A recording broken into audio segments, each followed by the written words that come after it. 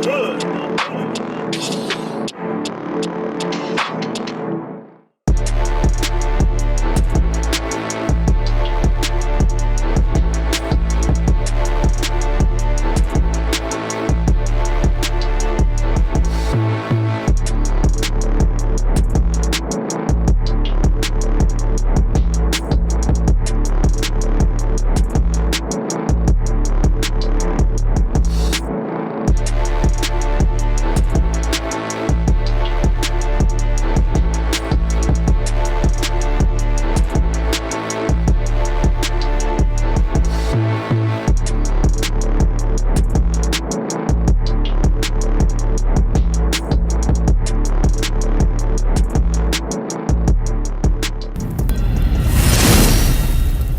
be, hoping it should be. It's your boy N.O.R.E. What up, is DJ EFN? And this military crazy raw drink champs yappy hour. Right. Make some noise!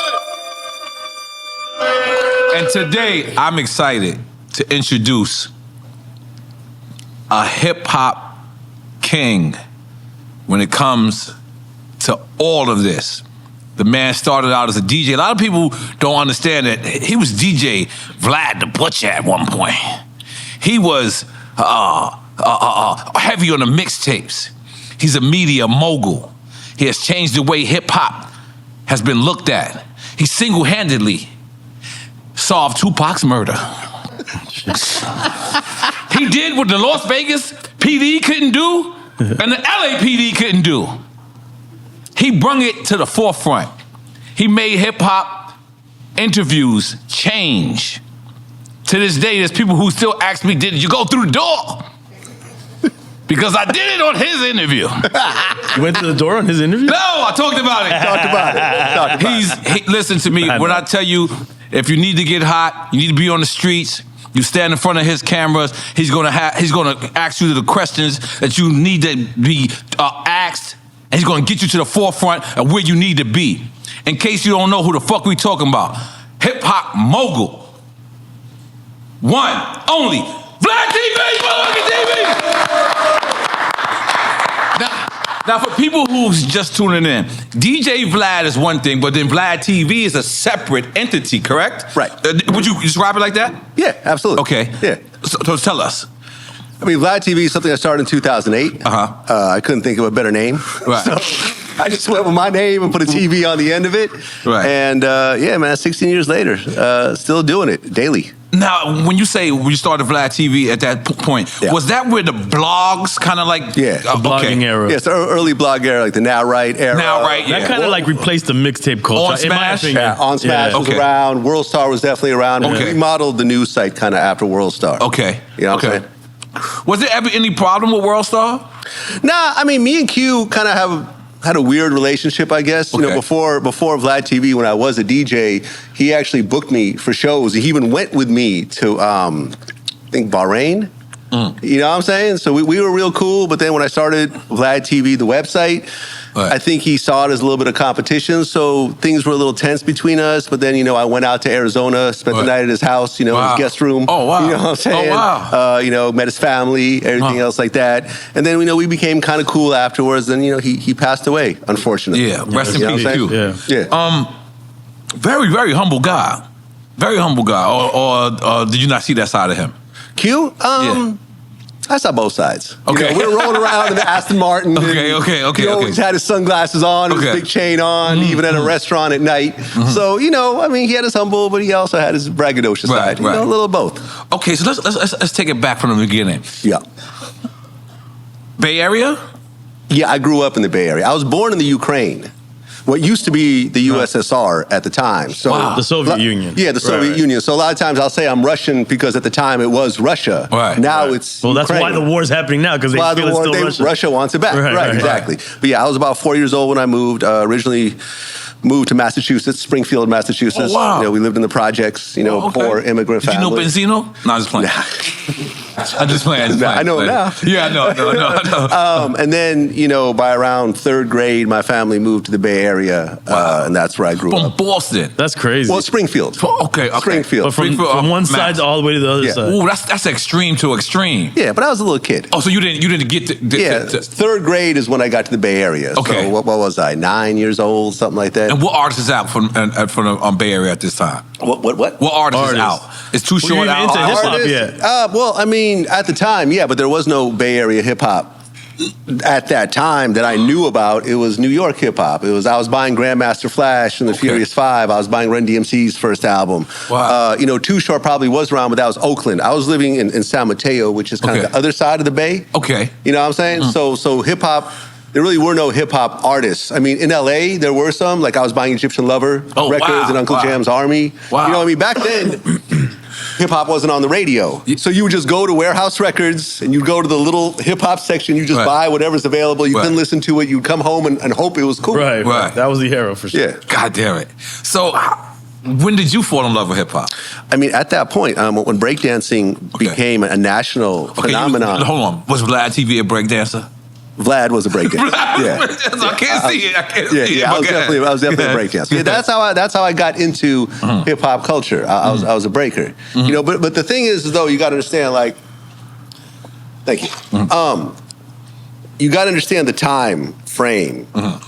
This was the mid '80s, and the U.S. and Russia had a Cold War going on. Right. A lot worse than now because it was potentially a nuclear war. You felt like it was going to happen. It was imminent. There were shows like the day after that people thought that there might be a nuclear war. But you don't think they're thinking that now? Putin's a little loose. Not like it was back then. That Cold War was heavy. Ever since Putin. The whole Bay of Pigs, they were moving nuclear missiles to Cuba, and people thought that nuclear weapons might start flying. I'm gonna tell you when I got unscared of Putin, when I seen him on the horse with the shirt off, I was like, all right, he ain't that scary no more. You think that's what made you not be scared? Yeah. No, it seemed like you should be even more scared of him. Nah. He was shaving his chest hairs. He was out in the winter like that. He shaves his chest hairs. Right. He can't be that tough. But you gotta understand, like, I'm kind of trying to set the stage for you. At the time, I'm a Russian kid named Vlad. Right. With an accent? Did you have an accent? Didn't have an accent because I was so young when I came out. I was 4. My parents did, but I didn't. I'm Vlad in San Mateo, the only Russian kid in the school. Wow. While with no other Russian community at the time. San Francisco had one, but when my parents settled down, we didn't. And there was just a lot of hatred towards me. Oh yeah, because of the Cold War going on. Because of the Cold War, the U.S., Americans hated Russia, and I was the only outlet, the only person from Russia that people knew. So it was just like a lot of people, the kids just, a lot of fights, a lot of, if something would happen, like if the teacher would say something about Russia, the whole class would turn around and stare at me. Oh, God damn it. You know what I mean? Which, as a third grader, you don't really know how to deal with that. So the only other kids I could really relate to were the black kids, the Spanish kids, the Filipino kids. Thank you. And so I'm not a minority, right? But at the time, I was one of the people that would kind of, we all related to each other to a certain thing. And I was drawn to hip hop along with the other black kids and the Spanish kids in my school. And I fell in love. The New York City Breakers were starting to be shown on TV. And I just started falling in love with breakdancing and hip hop and graffiti and, everything else like that. And I just would go home, watch Yo MTV Raps and practice breakdance moves in my living room. And that's kind of the start of my hip hop career. I didn't think that it would get me here at one point. I just thought it was just a hobby and something I loved.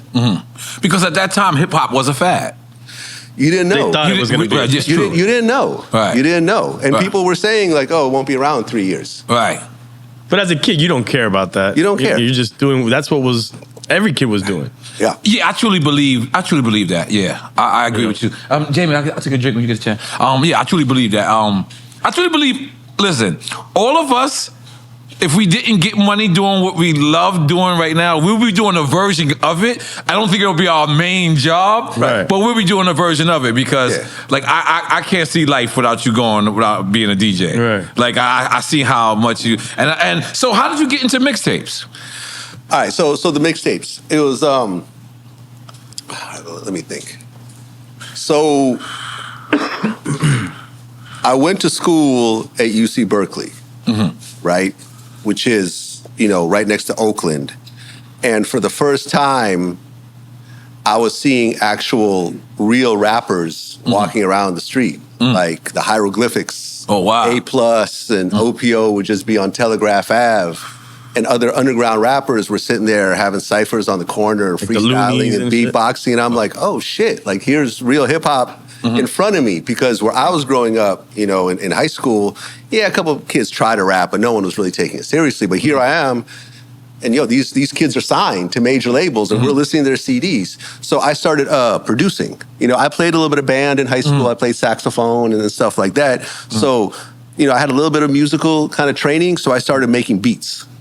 I started producing. I had like MPC 60. I was making beats, making little local demos. My man Jimmy XL, who I just connected with recently, me and him put a demo together. And I kept making beats. And one day I had a house party, and the DJ who DJ'd there ended up leaving his equipment overnight. He was going to pick it up the next morning. So I jumped on the turntables, and I just made a mixtape that first night. It just naturally came. Wow. It was just, because I had been practicing, structuring beats, so it kind of came natural. And I just recorded it live, and I'm like, wow, I just made a mixtape. Right. You know what I'm saying? Right. And so I started DJing and kind of, I started doing house parties and everything else like that. And I was like, yo, I love this feeling. Right. I love it. And I realized that if I really wanted to take it seriously, I'd have to move to New York, where the mixtape epicenter was. Okay, you're going too fast. Hold on, let's calm you down. Sorry. That was my next question. Sorry. So look, because this is what me and you always debate about. At this time, New York was the epicenter, right? For the longest, of course. But you being close to the Bay, did you not think, let me try LA first? Because you going across the coast. LA didn't have the mixtape scene. Okay. They had dope DJs. Now who's ruling the mixtape scene? DJ Clue? It's probably before Clue. Clue, K-Slade, those were Tony Touch, SNS. Tony Touch, those type of dudes were like the known Green Lantern. Okay. Yeah. These were like the known, Dirty Harry, the Dirty known Harry was guys, killing because I was doing blends. Because I was like, I started, because honestly. Yeah, your style was more leaning towards Dirty Harry style. Because I started putting together, using the production shit. I was, the production shit, I was combining with the mixtape shit. And I was actually the first DJ to release a mixtape on the internet. What? Yeah. The Rap Phenomenon series? Way before. Before that? It was actually a Cypress Hill mixtape called Soul Assassination. Wait. Ask Be Real about this. He knows about this. You're knocking two birds out with one stone. Yeah. You saying You're the first DJ to put a mixtape online. Yeah. And then you're also saying it was for Be Real and Cypress Hill. So you're also saying... I was a big Cypress Hill fan. A big Soul Assassin fan. so you wasn't down with them. You just Not at all. dedicated it to them. Never. Okay. No. I didn't meet them until way later. Okay. But no, I was such a fan of Cypress Hill. Right. And, Funk Dubious, House of Pain, that whole Extended family, movement, the whole movement. And I put together a mix of just my favorite Cypress Hill songs and blended one into the other, did some blends, everything else like that. And since I didn't have an outlet to put out mixtapes, I uploaded the whole thing as MP3 files. And then before I knew what platform did you upload to? Do you remember? Napster. Okay. And my own website, DJ Vlad. I made my own website, DJVlad.com, and download my mixtape. Right. One long 60-minute file. One file, you know what I'm saying? Right. And before I knew it, people in Sweden and Czech Republic and Australia were hitting me. I'm like, yo, we bump this thing in our youth center all the time. And I'm like, I think I'm onto something here. For the first time, I'm like, yo, my shit's actually kind of being recognized outside of my bedroom. And what year is that? Like early 2000? 2001. Yeah, you can look. But let me ask you, so how hard was it, you said you didn't think of Los Angeles. Yeah. But how hard was it to transition from that West Coast to New York and then to get your music into New York stores? Shout out to because these kids nowadays, they press one button and that shit is everywhere. They don't know that you have to physically bring it. So I would like you to explain that. Shout out to my man Justo. Yeah, Justo. Rest in peace.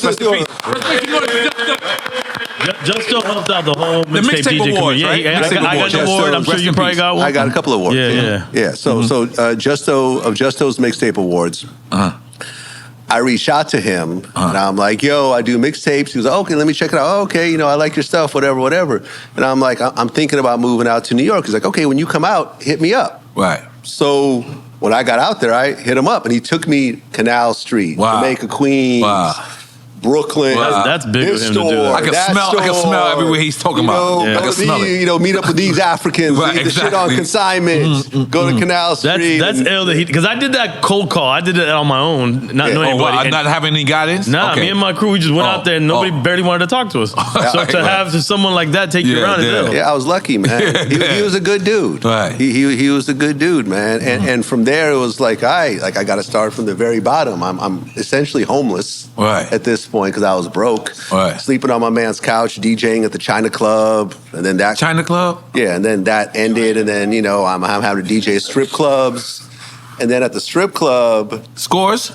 No, I wish. I wish it was just a dead ass strip club that was dying on Coney Island Boulevard. Oh, okay. And Dirty Harry came in. Wow. And me and him chopped it up, and that's when we formulated the idea of doing the first Biggie Rap Phenomenon mixtape. Wow. From that strip club, and then that mixtape got on MTV, and was getting bumped. That mixtape's crazy, And it was like, oh, okay, now I'm actually doing something that hip hop is reacting to for the first time ever. Because I had a few blend tapes, and people bought them and liked them, whatever. But that was the first one that actually people paid attention to. And then that was so successful. Me and Harry were like, yo, we should do a part 2, but do a Tupac one. We should do it with who's another huge DJ? Oh, Eminem's DJ, Green Lantern. So at I think at a Dipset listening event, we just kind of cornered him and we're like, yo, why don't you work on this? Because he was the blend, one of the blend kings of that era. And I'm like, yo, why don't you work on it with us and we'll do a Tupac mixtape, but instead of just doing blends, we'll get features from other artists, like Busta Rhymes, Bounty Killer, Wyclef, Alicia Keys. Yeah, that was a game changer. Exhibit, on and on and on. We just had these acapellas with beats and guest features and that project won mixtape of the year. Wow. At Just Those mixtape. Just Those, okay. Yeah. That was like, wow, like out of all these guys that are super, super talented, they picked this tape as the mixtape of the year. So it was just, for me, it was a highlight. How did you approach artists to do the features for that? We all had our relationships, man. I mean, because Green Lantern was Eminem's DJ, and he was working on his album at the time. Damn. This was before, he called Jadakiss, and Jada put him on speakerphone. And he lost his Shady Records. Obviously. So at that time, everyone wanted to work with him because he had a Shady Records. I don't think Green Lantern gets on the phone since. Yeah, right. Yeah, you can't get Green on the phone. Green Lantern gets on the phone. Yeah, so everyone was flocking with him, and then of course, Dirty Harry, he was Alicia Keys' DJ. So he I didn't know that. That's at the time. I mean, he put her on one of his early joints, so they formed a relationship. And I didn't know that. I'm hustling. I'm networking.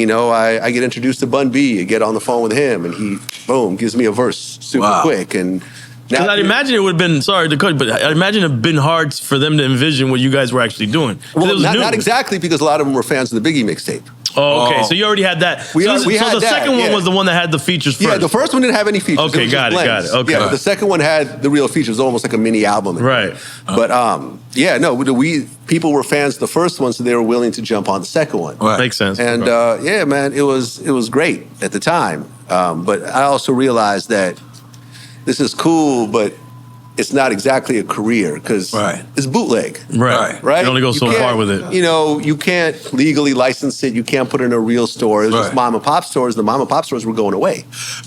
You know what's crazy? When you guys were putting mixtapes in the stores, I thought it was official. Nah. It wasn't. I didn't know there was nothing wrong with it. I was getting cease and desist letters from every label that was actually feeding me leaks. Yeah, but you didn't have a MySpace back then where you were saying that and blowing that up. So I'm thinking this is legal. Yeah. When Drama actually got raided, I was like, what for? Right? Well, that was when I stopped doing mixtapes. Okay, all right, cool. When I was watching, that was like the first Rico in hip hop. When I was seeing DJ Drama, the first one was here. DJ Drama.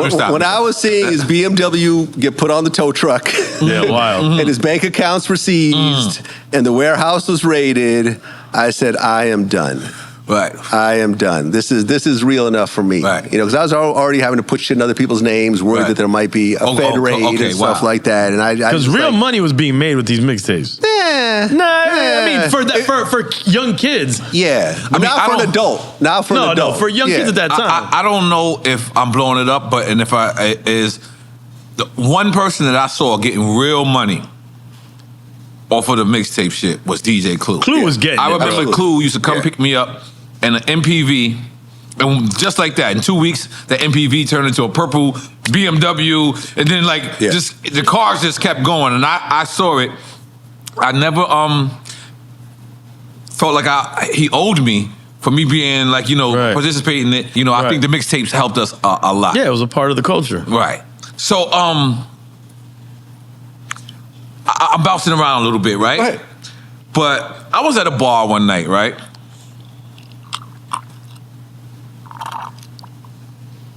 Dude is drunk. He's talking to me. He knows me from somewhere. He doesn't know where he knows me from, right? 2 other people come up, take a picture. Maybe 3 people come, they take a picture of me. Guy's just sitting there. He's like, oh, shit, I know you from now. And then he gives me a 5 and he says, I'm a Navy SEAL. Off top, how the fuck can you prove you're a Navy SEAL or not, right? This guy's telling me all type of dramatic, crazy shit. One, I'm thinking, it can be true. Then on the other side, I'm like, this gotta be this guy throwing me off. I just met him in a bar. But then I thought about it. If you are a Navy SEAL, you went through all of this shit, now you're retired, sometimes you want to talk about these war stories that you've been through. That you survived, right? That you survived. Yeah. Because not all veterans. I'm gonna be honest. Of them won't say anything. I'm gonna make it make sense now. The face that guy had is the only face I've ever seen until I seen Keefy D. Am I making sense? Yeah. Because I knew where you were going with this. Yeah, because to a certain extent, if you do something that's so heroic,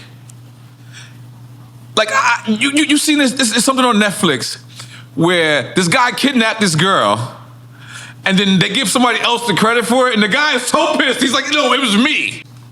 And I kind of trying to make it all make sense. I kind of felt like that's what happened with Keefy D. Is like he kind of wanted to tell his story. Even he wrote a book, and no one even paid attention to it. Right. But on your platform, which is huge, you don't force people on your platform. There's clearly cameras there. I can attest to that. Yeah. There's clearly cameras here, like there's cameras here. You're wearing a wire, actually. You're wearing a wire. You put it down your own shirt. Okay, so let's clarify for people that don't know the story, right? You're into content. So are you reaching out to Keefy D? Did you read his book? How did this work? Well, before the Keefy D interview, Greg Kading, who was the LAPD officer, basically gave Keefy D a proffer agreement. A what?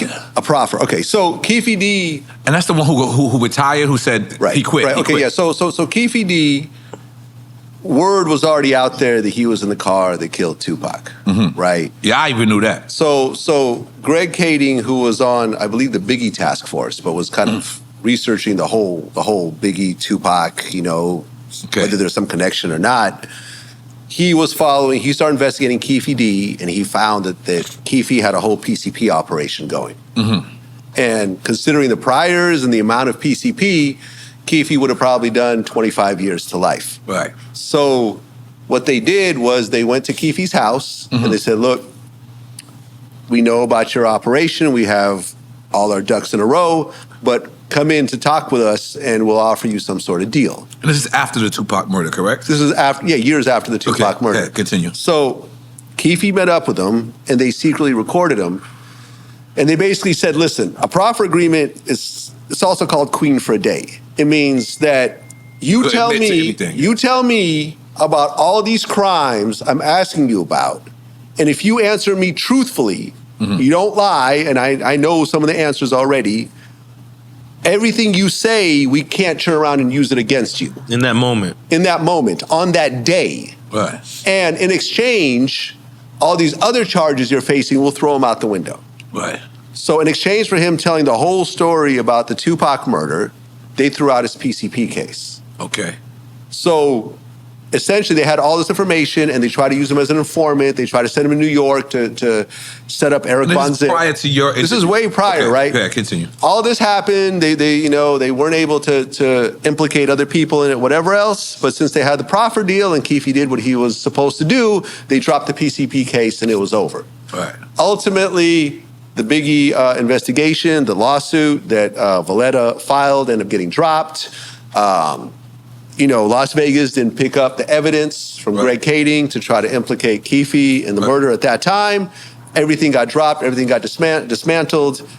Greg Kading retired, and after he retired, he had some of that audio footage, and he told Keefe, I'm going to put this out, and I'm going to write a book and put out a documentary or whatever else. So the audio of Keefe confessing to his role in the Tupac murder and implicating his nephew, Orlando Anderson, got released. Okay. And it was floating around. I knew someone who knew Keefe D. Okay.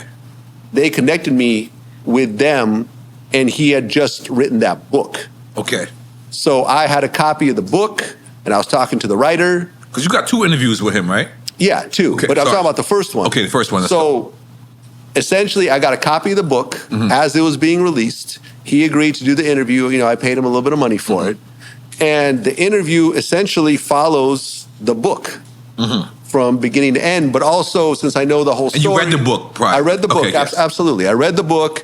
And I also had interviews from other people that were sort of in the know and related. The Outlaws, Edie, who was the car behind Tupac. Right.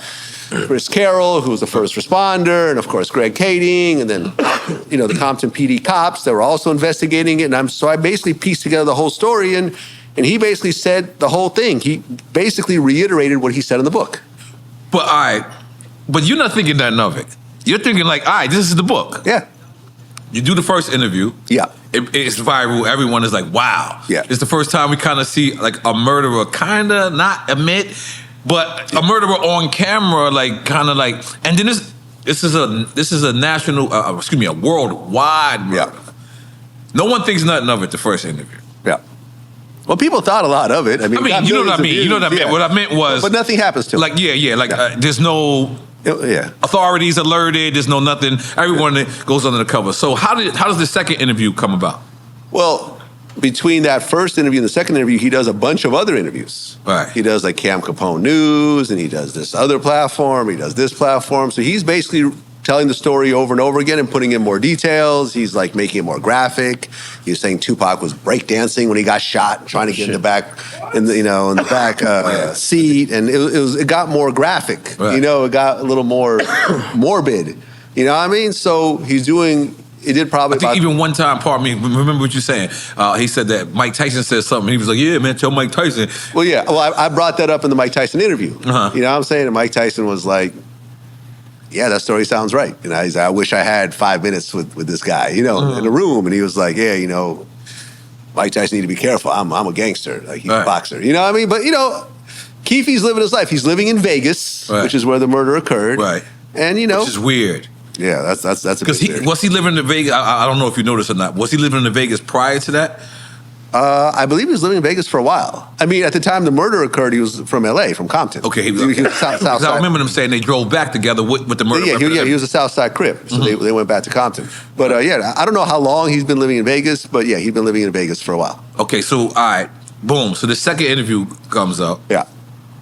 How do you approach this different from the first interview? I mean, that's always challenging. Did you know he was going to give you more? I mean, there really wasn't that much more. It was kind of a fill in the blanks on certain stories. It was kind of a reaction to this person saying things about it. I mean, really the first interview was the real, storyline. Right. The second one just had a few pieces here and there, not really a lot. Of course, people reacted to it because it's me and Keefe D. Right. But really, it's that first interview that told the story from essentially when he was born to his relationship with Suge, him being a Southside Crip, his drug dealing days, his relationship with his nephew Orlando, what his interactions with Puffy and Biggie, what led up to them going to Vegas, what happened after Orlando got jumped, to the his role in the car and the shooting, and then going back, and then the bloodbath that happened in Compton because of the murder and all that. So it kind of told the whole story from beginning to end in a visual format. Was you shocked when you heard Suge say, I don't want him to go to jail. No, but that's Suge. Yeah, Suge doesn't cooperate. That was ever. hard. Yeah. So that's Suge is Suge. No, but he did sue Kanye. He did? Yeah, he a little bit of sued. He did. Well, he also sued Akon's bodyguard. That's true. And he was going to press charges. But I think Suge picks and chooses. Yeah. You know what I mean? I don't, Yep. he didn't cooperate with the police. Right. And like, for example, like the Greg Kadings of the world feel that, because Suge is really like the only witness Right. that actually saw, because Keefe said that him and Suge locked eyes. Wow. They'd known each other since Wow. school. Yeah, football. They played football Yeah. together. And they locked eyes. Mm-hmm. So Suge could have been like, here's who did it. Right. Everyone's still alive in the car at the time. He Right. could have cooperated and everyone would have went to prison. But he Right. did it. He did. So, and he still is not. Right. So, it is what it is. You had a relationship with Suge? Never met him. Never met him. Been in the same room with him, but the thing with Suge is that everyone I know that's dealt with Suge has always had a negative story. It's always ended badly. So I'm like, why would I bother? I'm going to be honest with you. I'm 50-50. There's a lot of people who swear by him. Yeah, I've heard a lot of positive Like, things. I kid you not. I don't know reputable, real people that say, I don't know a single human being that said that they have dealt with Suge and it's worked out at the end. Scott Storch, Okay. Cat Williams, Ja Rule, TK Kirkland. No, him and TK got into it. Okay. okay. Him and TK got into it. Okay, but The other ones I don't know. Okay, so Yeah. yeah, you're right. I swear to God, like every time I see him, he's been a gentleman. I mean, Yeah. maybe I'm lucky. Maybe I'm being overly cautious. Right. But, right. sometimes it pays to be overly cautious. Is this somebody that you was, I know I'm bouncing around, but is this somebody that you wanted to meet in this industry and you met him and you was like, fuck them? I'm sure there's a lot of people. Yeah, I got a lot too.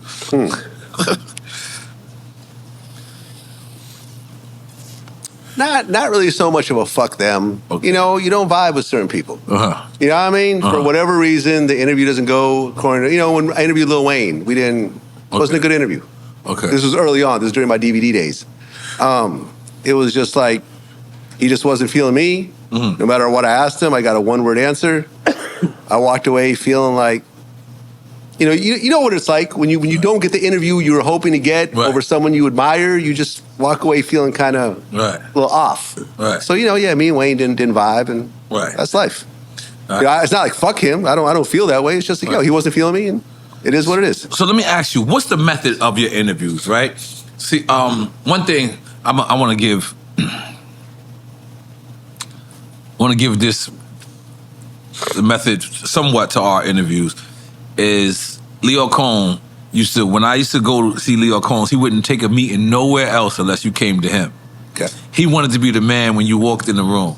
So the thing about it is, one thing that we learned early on, I believe it was our French Montana, T.I. In the studio in A$AP LA. Rocky session. We went to their studio and we realized we couldn't tell people to shut up. We couldn't tell people to like, move this way, get out the camera, because we're actually in someone else's studio. Right, we had no control. You understand? Over the environment. Yeah, so one of our tricks is like, yo, you know what? No matter what, they have to come to us now. Like, they got to come to us, be in our environment, whether it's the comfortability they have with us or the uncomfortability.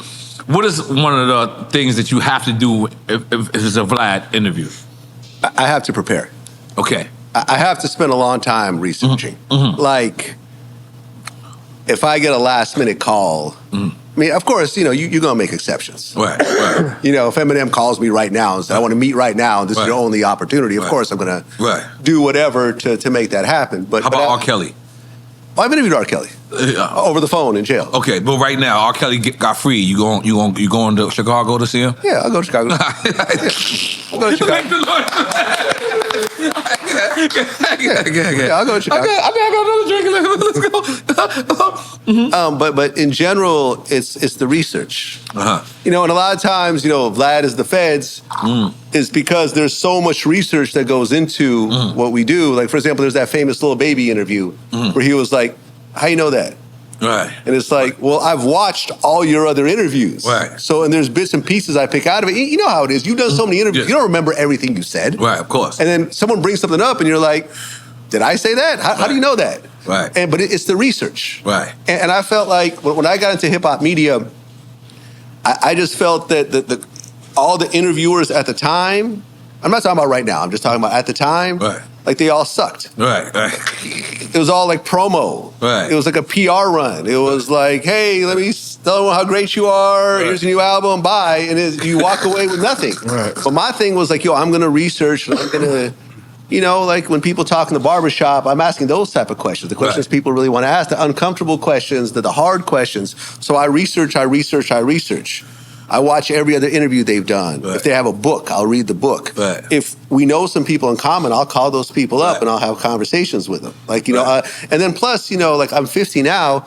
I've been around since hip hop was born. You know what I mean? So hip-hop I have is 50. Yeah, you know, so it's kind of like, I know as being like a lifetime hip hop fan, I know everything that happened in hip hop to a certain, you know, every Source magazine, every XXL magazine. I read every one cover to cover. So I know a lot of stuff just in my memory banks that I could pull out. Right. So that's, you know, the answer to your question is research. Right. I have to have a lot of research. And that's what I think makes my interviews a little different than other people's. And one thing about you, like I would say 75% of your guests, if they make an appearance and it's a success, you have them back on. Right.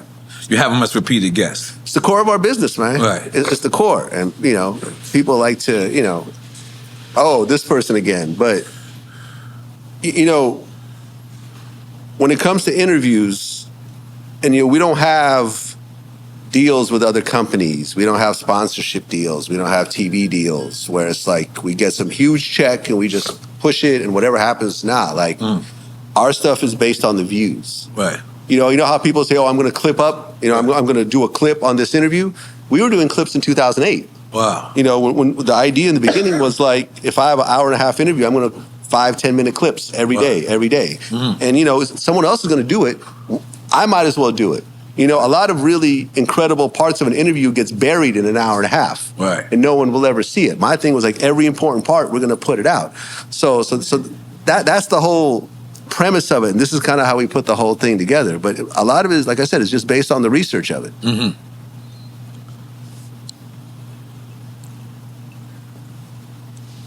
One point, me and you speak all the time, right? Yeah.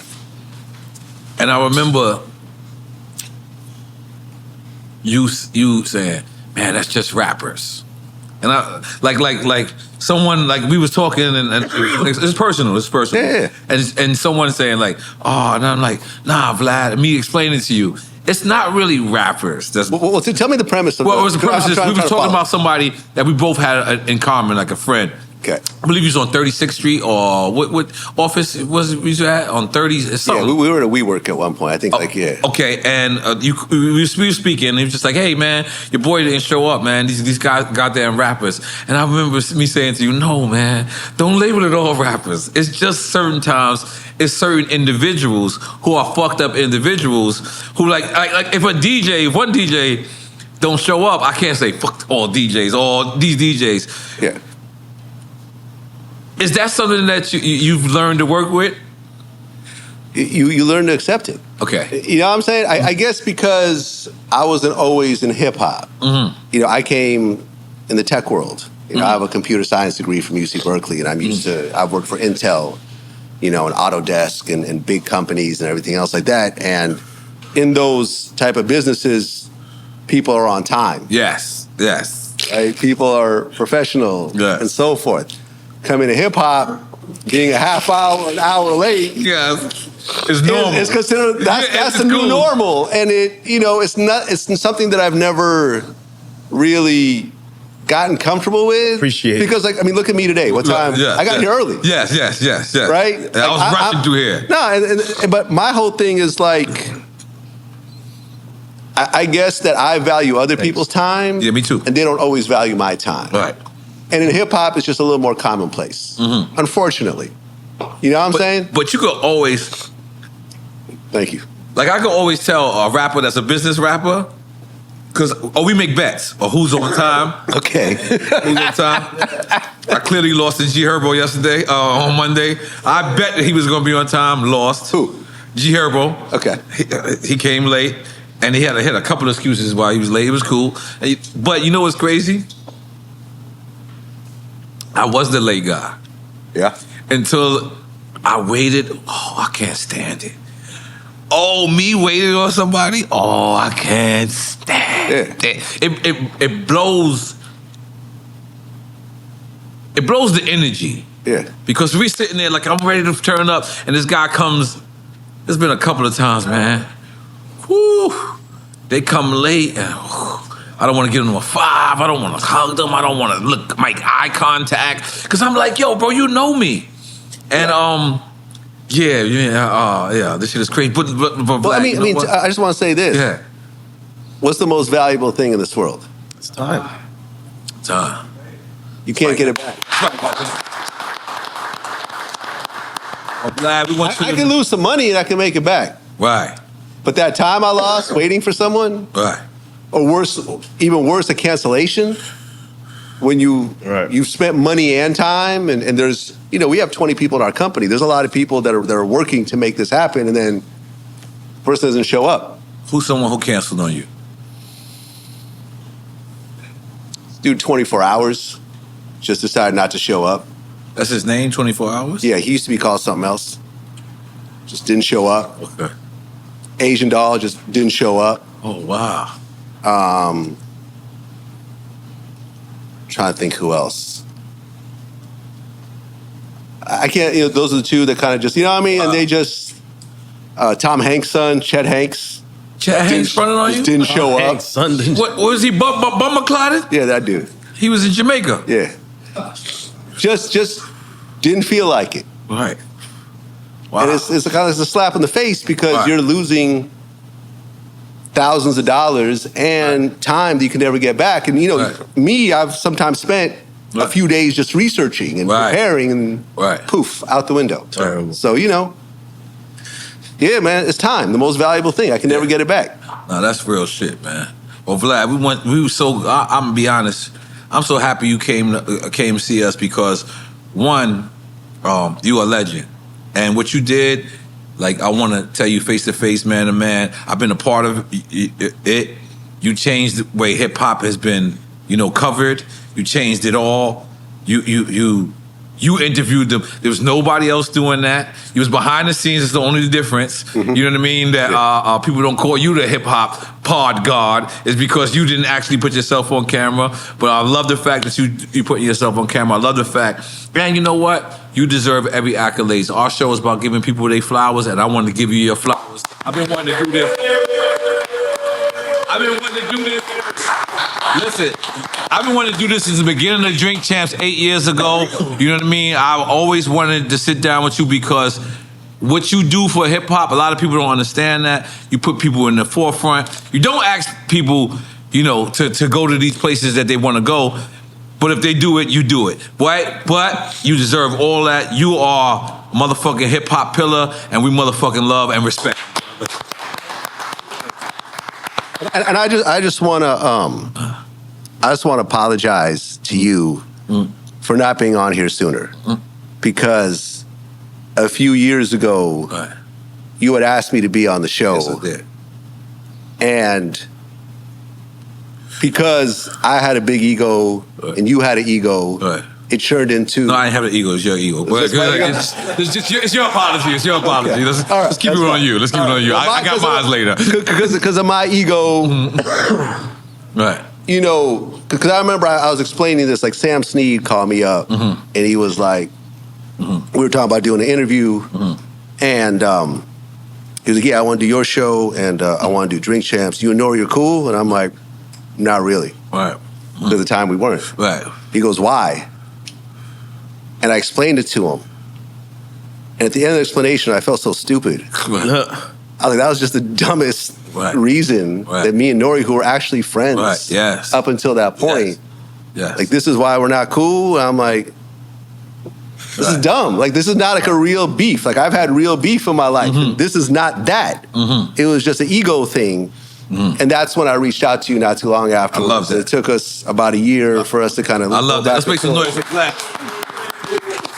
By the way, I mean, that's what men is about. Like, sometimes, you know what? You can't... Someone told me this the other day. They said, you can't make a misunderstanding out of the misunderstanding. the misunderstanding is just a misunderstanding. Yeah. That shit made no sense in all the sense to me in the world. You can't make a misunderstanding out of the misunderstanding already. It's just a misunderstanding. Leave the shit alone. You know what I mean? Leave the shit alone. And I appreciate, respect you, man. So we gave him his flowers. We're gonna play Quick Time. Before we play Quick Time, Islam, how the fuck did you build this chemistry with Boosie? Like, I don't. Yeah. Okay. So before Vlad TV was the Hot in Here DVDs, which came around the time of the Smack DVDs. As I was transitioning out of mixtapes, because CDs were going away, the mom and pop stores were going away. I was like doing, I started doing DVDs, like street DVDs, where I would get freestyles, do interviews, everything else like that. And I would go to labels, and I went to Atlantic Records. He was on Atlantic at the time. Boosie and Webby had just gotten signed to Atlantic. Wipe Me Down. Yeah. But before Wipe Me Down. Before Wipe Me Down. Yeah. You should see how, like, I have videos of this on my YouTube channel. Like, Boosie looks like a little kid. He looks like he's about 17. And I interviewed Boosie and Webby, holding the camera, the whole thing. And me and Boosie kind of formed, that early relationship.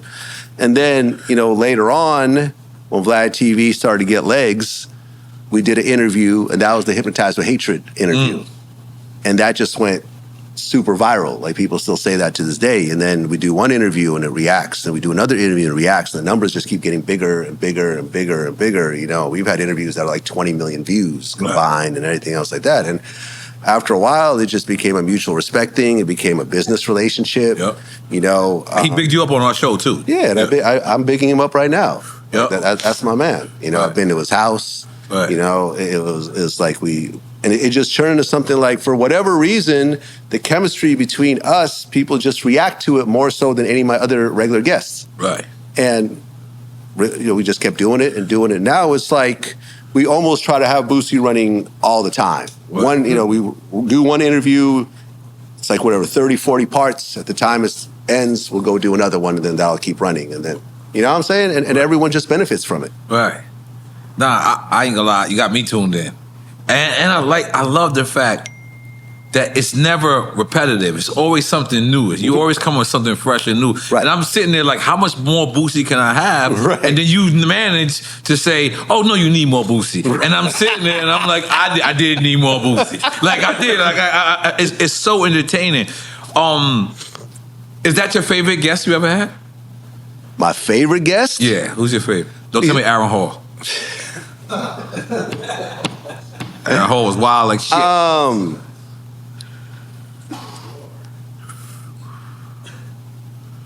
That's a hard question to answer. Okay. Right? Because me and Boosie consistently get the biggest reaction. Okay. But it's not like I grew up listening to Boosie. Right. You know what I mean? And there's something that's to be said about when you fall in love with music before it becomes your career. Right.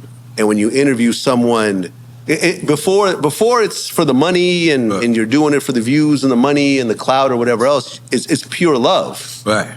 You're sitting there with your headphones in your bedroom listening to a song over and over again, and you know what I mean? So, like interviewing Smokey Robinson was a moment. Sitting in when Lunel interviewed Shaka Khan was a moment. Interviewing Mike Tyson was a moment. Even though he got mad at me at one point. So I was scared. Wait, he interviewed you? No, I interviewed him. Okay. And I asked the wrong question. What happened? So it was actually a Zab Judah interview. Okay. Right. So we go to Mike Tyson's gym in LA, and Zab Judah was the one that was doing the interview. But I'm there, and I even when other people do interviews for us, I work with them on the questions. Okay. Right. So he goes to the whole interview, he does his thing, and then I'm like, hey, do you mind if I jump in and ask a few questions? And Mike's like, yeah, cool. No, because Mike knew who I was, and he knew some of the people I interviewed, whatever else. And me, I'm gonna push the envelope a little bit, right? So we're in, you gotta understand the setting. We're doing the interview inside of his actual boxing ring. Okay. So I'm in the ring with Mike Tyson, literally. He have gloves on? No, there's no glove on, but we're, about as far as, me and AFN, we're this close to each other in chairs doing the interview.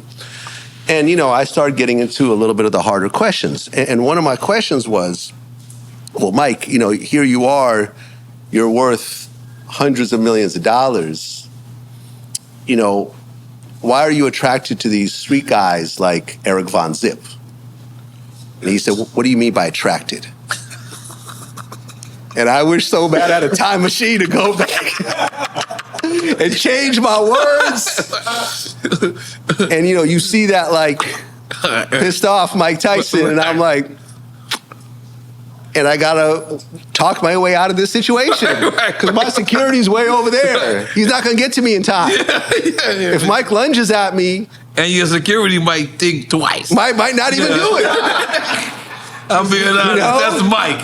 Everybody thinking twice. Like, man, is it working? You're not paying me enough to do that. Fuck that. Yeah. So I gotta dance my way out of this question and explain to him I didn't really mean it that way. Right. And then at one point he got it, and then we went on with the interview. Right. But it was a moment. It was a tense moment. It made for good television, you know what I mean? Yeah. But it was, Mike Tyson is still Mike Tyson. Listen, and he knows when he could turn it on. This man never got high in his life. Mike Tyson gave him a mushroom and a gummy, and he took it. He said, eat that shit. I said, damn right I'm gonna eat that shit. It was like, holy shit. Holy That's what I'm saying. That's what I'm saying, man. That's Mike Tyson. But that was a moment as well. It's like, yo, Mike Tyson, for people of my era, that's the Muhammad Ali of our era. Of course. I'll tell you some funny shit. I'm going through not Saudi Arabia. I'm going through Dubai. I see Mike. Everybody's like, Mike Tyson, he's just looking, just intimidated walking through the airport. And I'm like, it was N.O.R.E. He's like, oh shit. So he turns around, he takes a picture. Very next day, I see Evander Holyfield. Yeah, I just interviewed him about a month ago, yeah. That's why I brought it up. So give me your alley-oop. Yeah. You know what I'm saying? How was it, you interviewing Evander Holyfield?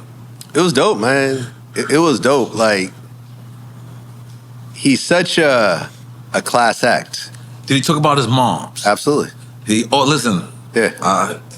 He's a big fan of his mama's. Yeah, but my mama was definitely a phrase. Yes. I think one of the interesting points that he made in that interview was when he was in the Olympics, he kind of got robbed. He got a bad call.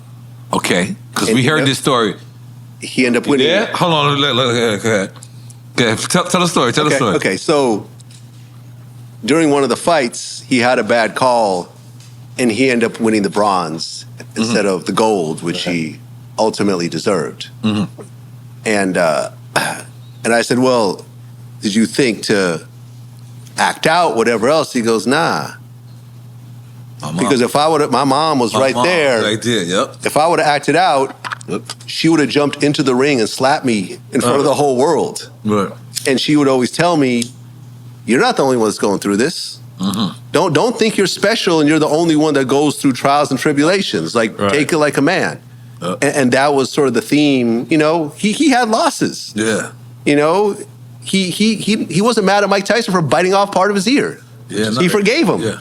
That's a lot. They got an air company together. Like a gummy ear. Yeah, man. I had him. It's okay. It's okay. It's okay. Yeah, I mean, it was just so, you know, like that mansion, you know, that he used to own. The reason why he lost that mansion was because his sister took a second mortgage behind his back on that mansion. And then by the time he found out, he was millions and millions in debt. Damn. Wow. And he never pressed charges. He just let that go. You know what I'm saying? To lose the house that you think you're going to pass on to your grandkids from your own family member, and to not feel angry about it, bitter about it, not to retaliate on any level. Yeah, man, it's a. We all strive to that level of elevation. He's a bigger man than most. Yeah. Put it like this: I see him all the time. He lives out here. I don't always speak to him because he's just an intimidated guy. But he's not really intimidated. Not at all. Once not he at all. opens his mouth. But If he doesn't open his mouth, he's very intimidating. Trust me. Yeah. He walks around like this. And you like, most of the people get the fuck out of his way. Yeah. By way, who wouldn't? Right. Yeah. But great guy. Met him. You were there, Ross, right? I can't even reveal nothing. Let's change the subject. Holy moly guacamole. Boom. Quick time of slime. Let me go to the bathroom. Yeah, the bathroom break real quick. Yeah, because the quick time of slime, I don't think it's gonna be quick. All right, so how does it work with rules one more time? Okay. Explain it one more time, EFN. You're gonna get two choices. Yeah. So it's this or this.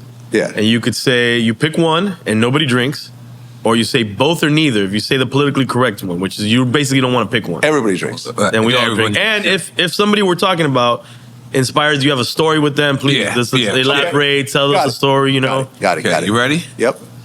Joe Budden or Fat Joe? Fat Joe. Oh, that was hard. Tupac or DMX? Tupac. Clue or Funk Flex? Funk Flex. Tony Touch or Doo-Wop? Doo-Wop. Damn, this is easy. Yeah. Dirty Harry or SNS? Dirty Harry. Soul Assassins or Hieroglyphics? Soul Assassins. Yeah. Oh, wait. Take a shot. That's a tough one. Both. Okay, take a shot. Salud. Yeah, no. I had to think about that for a second. I respect that. And if you got some stories behind Yeah, we told him that. Thanks a lot, Mr. Lee. Well, shout out to Be Real, man. Well, I mean, I've interviewed both of those dudes, and I didn't know your love for Cypress Hill till just now, but go ahead. yeah. No, I mean, it's funny because there's a photo. I was a super huge Soul Assassins fan. Wow. I think I smoked weed because of Cypress Hill. Wow. You know what I mean? Like, because Cypress Give him Hill, a joint, man. The Cypress Hill made smoking cool. Why? You know, at least in my eyes. And them and Redman, I feel like that era was them and Redman. But for me, like Cypress kind of connected a little bit, and like Cypress came before Redman, though, right? yes, yeah, Okay. like, but it's like right first there. album, Yeah, okay. first album.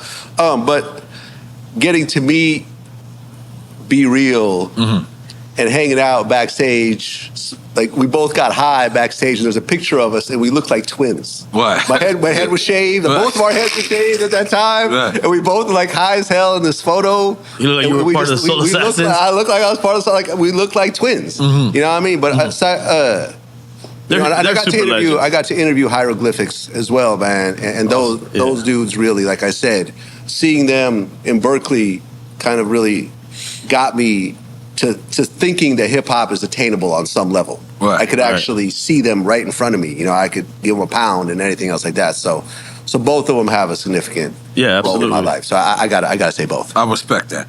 Wu-Tang or NWA? I'm getting my shot. NWA. NWA? Holy shit. NWA, 100%. Because in fact, like I'm gonna tell you, there's this one point, because I was a hip hop head from elementary school through junior high, but then in junior high, I got into some trouble. Okay. Like I got into, me and this one kid started getting into it, and then the vice principal got involved, and the vice principal started threatening me, started saying he'll like bash my head in the wall, and like that type of, to like a little kid was kind of fucked up. Harsh. And my parents were like, we're taking you out of this public school, and we're gonna put you in this private school because we're not gonna deal with this fuck shit. So I got put in a private school where nobody listened to hip hop. Wow. And if none of your friends are listening to hip hop, you slowly start to, get into more of the music they're listening to and so forth. So I started to kind of lose interest a little bit in hip hop and not listen to it quite as much. And then I heard Eazy-E's first album. And it was like, oh my God, what was the name of the album? Easy Does It? Easy Does It. Boys in the Hood. Just that whole album. Hearing Dre for the first time. Is that what he said? I want to fuck you. I want to fuck you too. Yeah. We love you, Easy. Yeah, we love you, Easy. I want to fuck you, Easy. I want to fuck you too. That was that one on fuck. That's the line that stuck out for you. Who we fucking with? Yeah, that shit. And so NWA held such an important role in my development. And Wu-Tang is dope. No, come on. Like Wu-Tang is Wu-Tang. Thank you. Right. Lighter? Yeah. Ashtray? Yes. But, and of course, this is an East Coast, West Coast thing to a certain degree. I understand living in New York like you, Wu-Tang has a different... No, I'm going to be honest with you. Okay. That's why I got my shot ready. I can never choose between NWA and Wu-Tang. Oh, you can't? To me, they had the same impact on me because of NWA. I didn't see their videos. I don't know, maybe I was poor or something, like I didn't get to identify with all of their videos. But then Wu-Tang, I got to see their videos, so I got to appreciate it more because I got to hear it. But I got to appreciate NWA a little more because I didn't have access to everything. You know what I mean? I didn't. And like, I always say this on the show, I thought Compton was a jail. I didn't know that was a place, because it was like how Coogee Rap described Rikers Island. It's like, why Rikers Island? Like, I don't want to go there. I didn't want to go to Compton. I was just like, wait a minute, Compton? Straight out of Compton. Crazy motherfucker named Ice Cube. I said, that jail cell, that's crazy. Like, I don't want that. I don't want to go to there. Come to find out that's a real neighborhood. Holy moly guacamole. All right, cool. We moving on? Yeah. Let's do it. Kid Capri or Red Alert?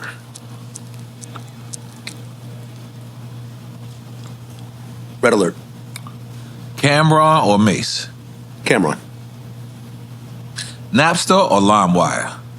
Napster. Now Right or on Smash? Now Right. This is very easy. Yeah. Go ahead.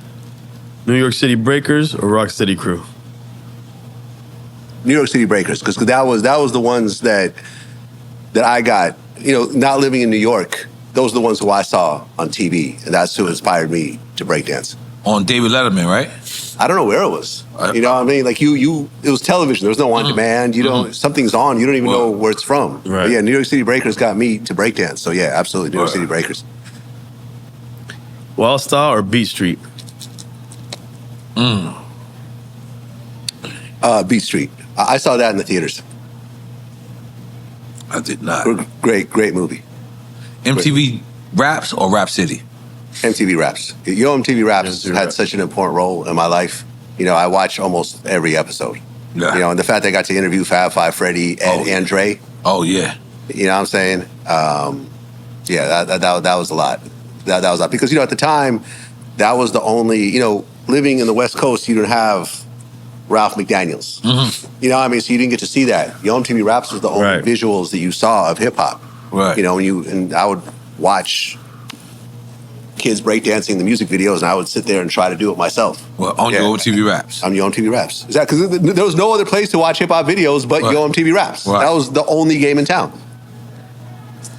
Too Short or E40? Let's take the shot, Vlad. Both. Yeah, let's take the shot. I gotta advise you on that one. Both. Yeah, please take the shot. You know, and I'm from the Bay, and you know, I'll be honest. I was listening to. I was a Too Short fan before I was a E40 and the Click fan. And me and both those dudes have relationships now.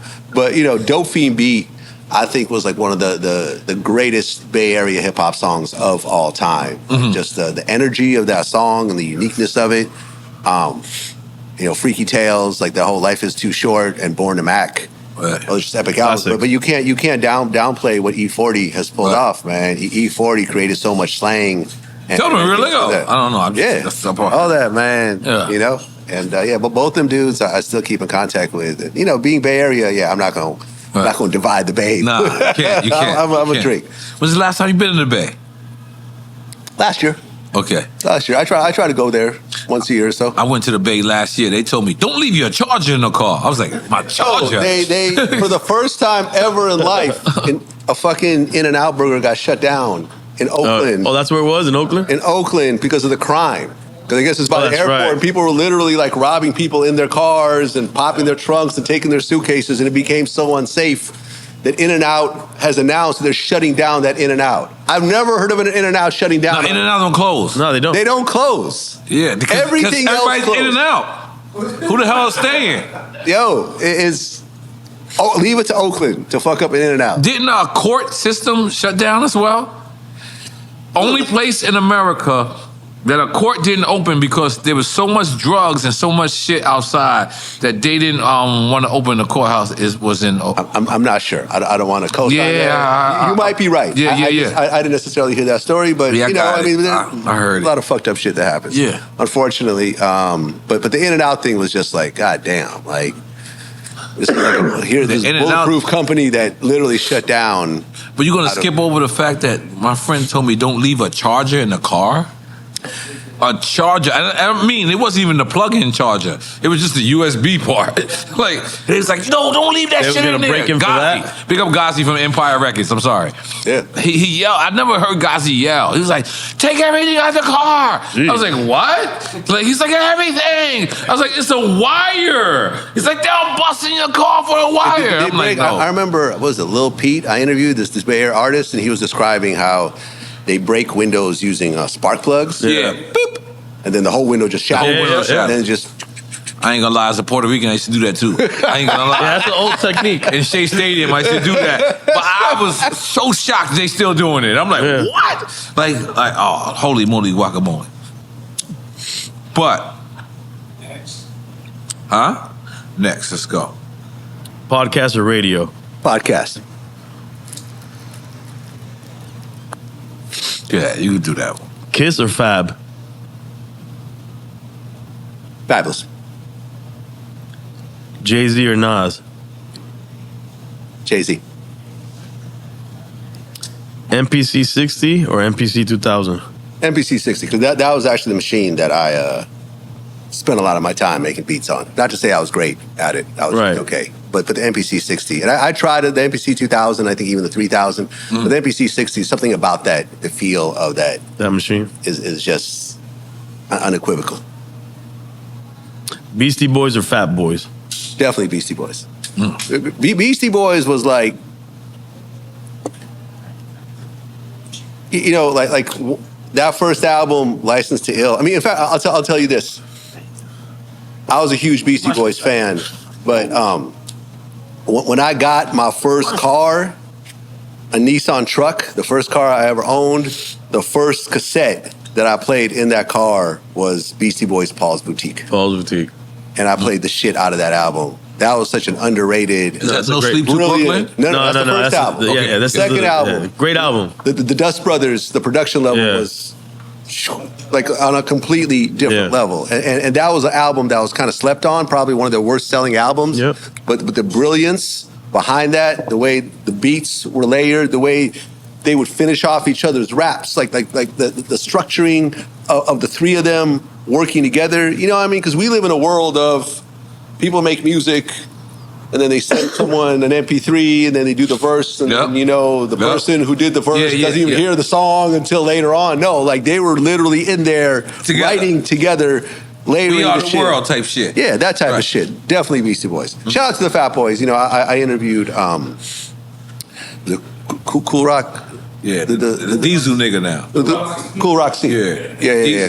Cool Rock. Because the other two passed away. Prince Marky D and Buffy passed away. So I got to interview him, and I have a lot of respect for the Fat Boys, but easy, the Beastie Boys. Right. Easy. Analog or digital? Digital. Didn't expect that. Digital. Suge Knight or Puff?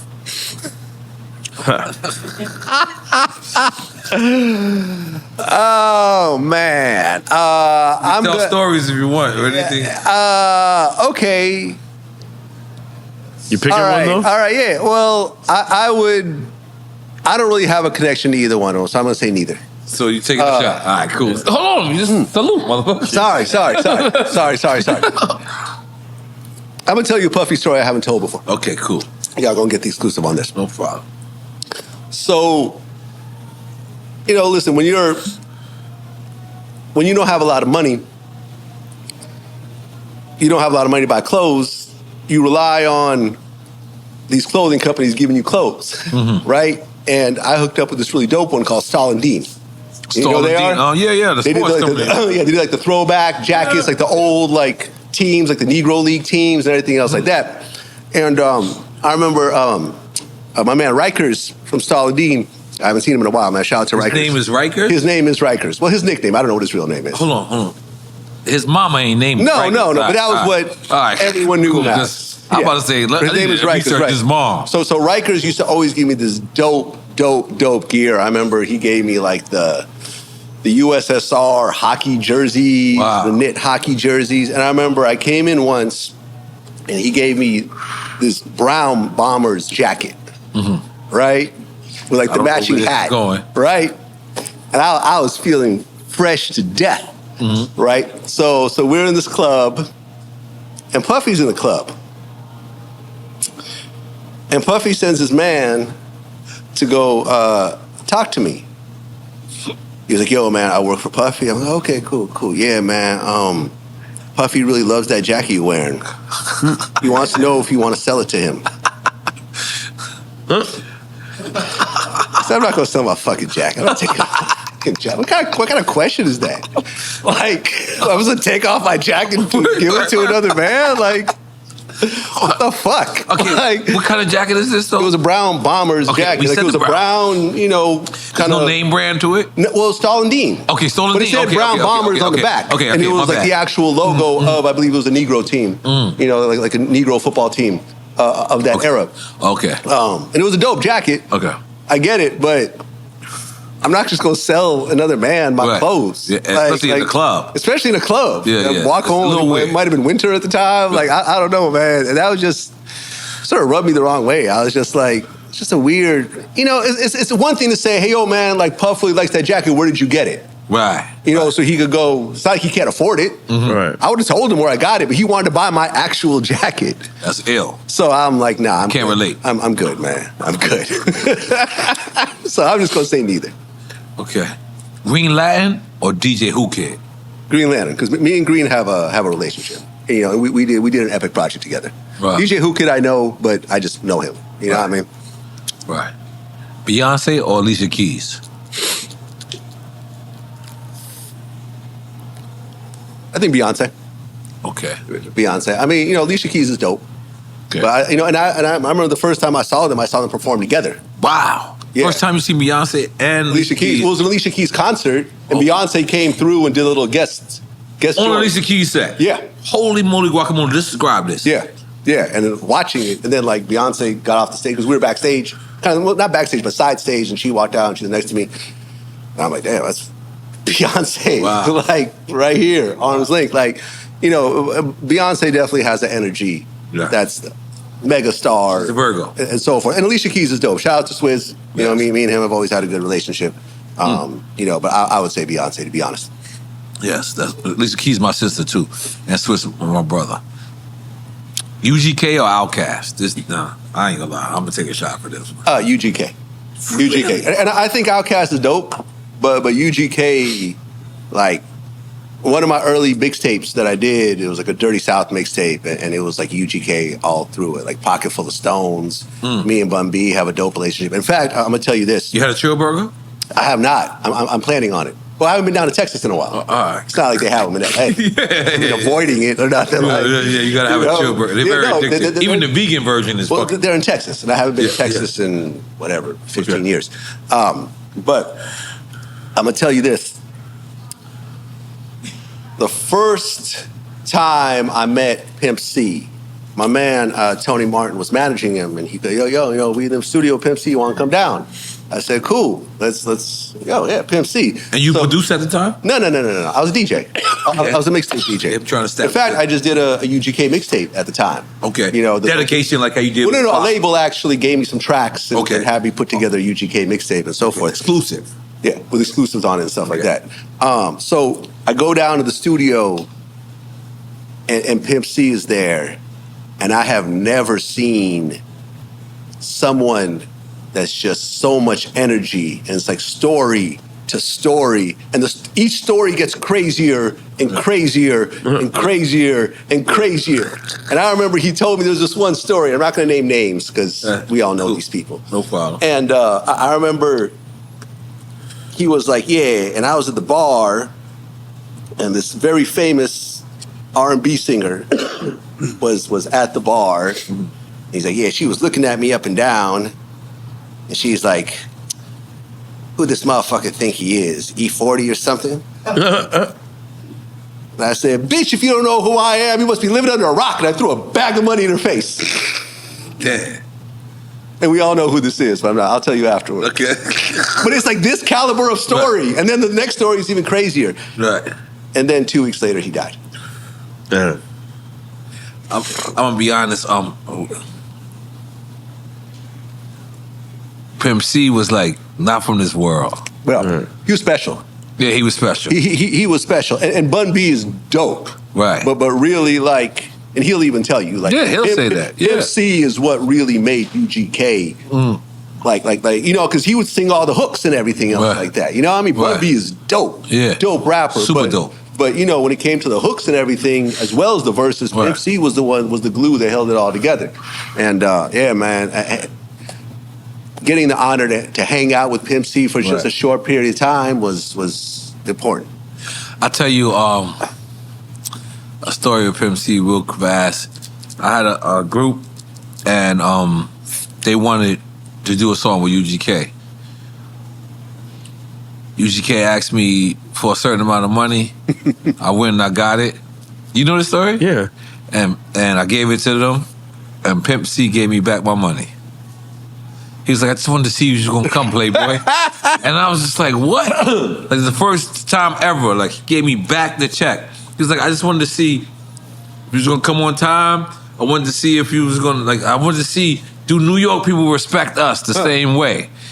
And I was just like, oh shit. Same thing with 3 6 Mafia. I did a record with Project Pat. Project Pat wasn't known at the time. I did a record for Project Pat, and 3 6 Mafia had the hottest, tear the club up. And I had a record with 3 6 Mafia just because of that. So how important is relationships for you? No. We're not done. We ain't done. I'm sorry. I'm reminding me to say how important relationships is. Drama or Khaled? Ooh, DJ Drama or DJ Yeah, Khaled. DJ Drama. We address them both with DJ in front of their names, sir. Drama. Woo. Any explanation why? I don't have a relationship with Khaled at all. Really? Yeah, at all, like zero. And you also went at him about the Palestine shit. Well, but that doesn't have anything to do with that. It's not that I'm, you know, mad at him or I somehow try to reach out. We just don't, you know, I have interviewed him in my DVD days and so forth, but yeah, we don't have any level of relationship. But if you was to go to the store right now to pick up one album, DJ Khaled or DJ... We're talking about my opinion of okay, your opinion. Yeah, my opinion. Okay. You know, me and Drama do have a relationship. Okay. You know, me and Drama we're in the same freshman class. In fact, like there's this famous Vibe cover where they got all the, not the cover, but it was on the inside of Vibe, where they had this kind of DJ issue where they had like the legends, and then they had like the next generation, and me and Drama were part of that next generation photo shoot. So we're in the same freshman class, and I think that me and him, if you look at that picture, me and him became the most successful dudes from that freshman class. Wow. So I think, you know, I've always going to have respect for him because we came up together. Because, you know, I had a Rap Phenomenon at the time, and then he was Gangsta Grill at the time, and we both kind of chose different paths, and you know, he became more of a producer, label, and so forth. I became a media outlet. But, you know, both of us became... I think both of us exceeded our expectations. So yeah. Fire. Feared or loved? Loved. I'm not trying to be feared. Me too. Yeah, I don't want anyone to be scared of me on any level. Because I'm not a scary person. Yeah, I respect. I don't need anyone to have that type of feeling towards me on any level. I'd rather be loved or not cared about. You know what I'm saying? But I don't choose fear over on any level. So EFN's favorite argument with your guest, Tony Yayo, that frequents Ice Cube or Biggie?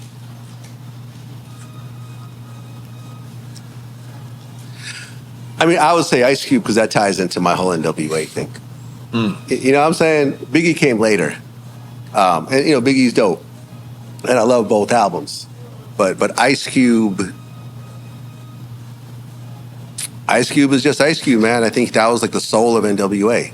After Ice Cube left NWA, you know, the For Life album was cool, but it wasn't like straight out of Compton. You know what I'm saying? And America's Most Wanted, I like better than both of Biggie's albums. And Death Certificate. Yeah, I mean, a lot of people say Death Certificate, but for me, it's America's Most Wanted. Both of them to me are... Yeah, America's Most Wanted, and, you know, I talked to Chuck D about this because the Bomb Squad produced that. I thought was just an absolute perfect piece of work. Just absolutely, like Ice Cube melded with the East Coast Bomb Squad beats was just such a perfect union. And I think people just don't appreciate how great that album is because that next album was more of a West Coast album. Right. You know what I mean? I think people more leaned into that. East Coast people weren't really bumping West Coast music like that, and you know what I mean, to a certain extent. But yeah, I would say Ice Cube and Kill at Will. That EP is Kill at Will was another great one for me because that came right after that. That was between America's Most Wanted Death Certificate, and it was really almost like a Death Certificate 1.5. Right. In a way, but yeah, no, Ice Cube is brilliant, man, and Ice Cube's flow is incredible. And unfortunately, I've never gotten to interview him. You know will. What I'm saying? Maybe one day. You know what I mean? But I have so much love and respect for Ice Cube's craft. I mean, because I've interviewed DJ Yella, DOC, Arabian Prince. Wow. Those are the NWA members. Yeah. I've never done Dre. I've never done Q. And of course, Easy passed away. But yeah, Ice Cube, I almost feels like the last piece that I would like to get one day before it's all said and done. Scarface or Ice-T? I would say Scarface. And Ice-T is dope. And, Power was incredible. And, but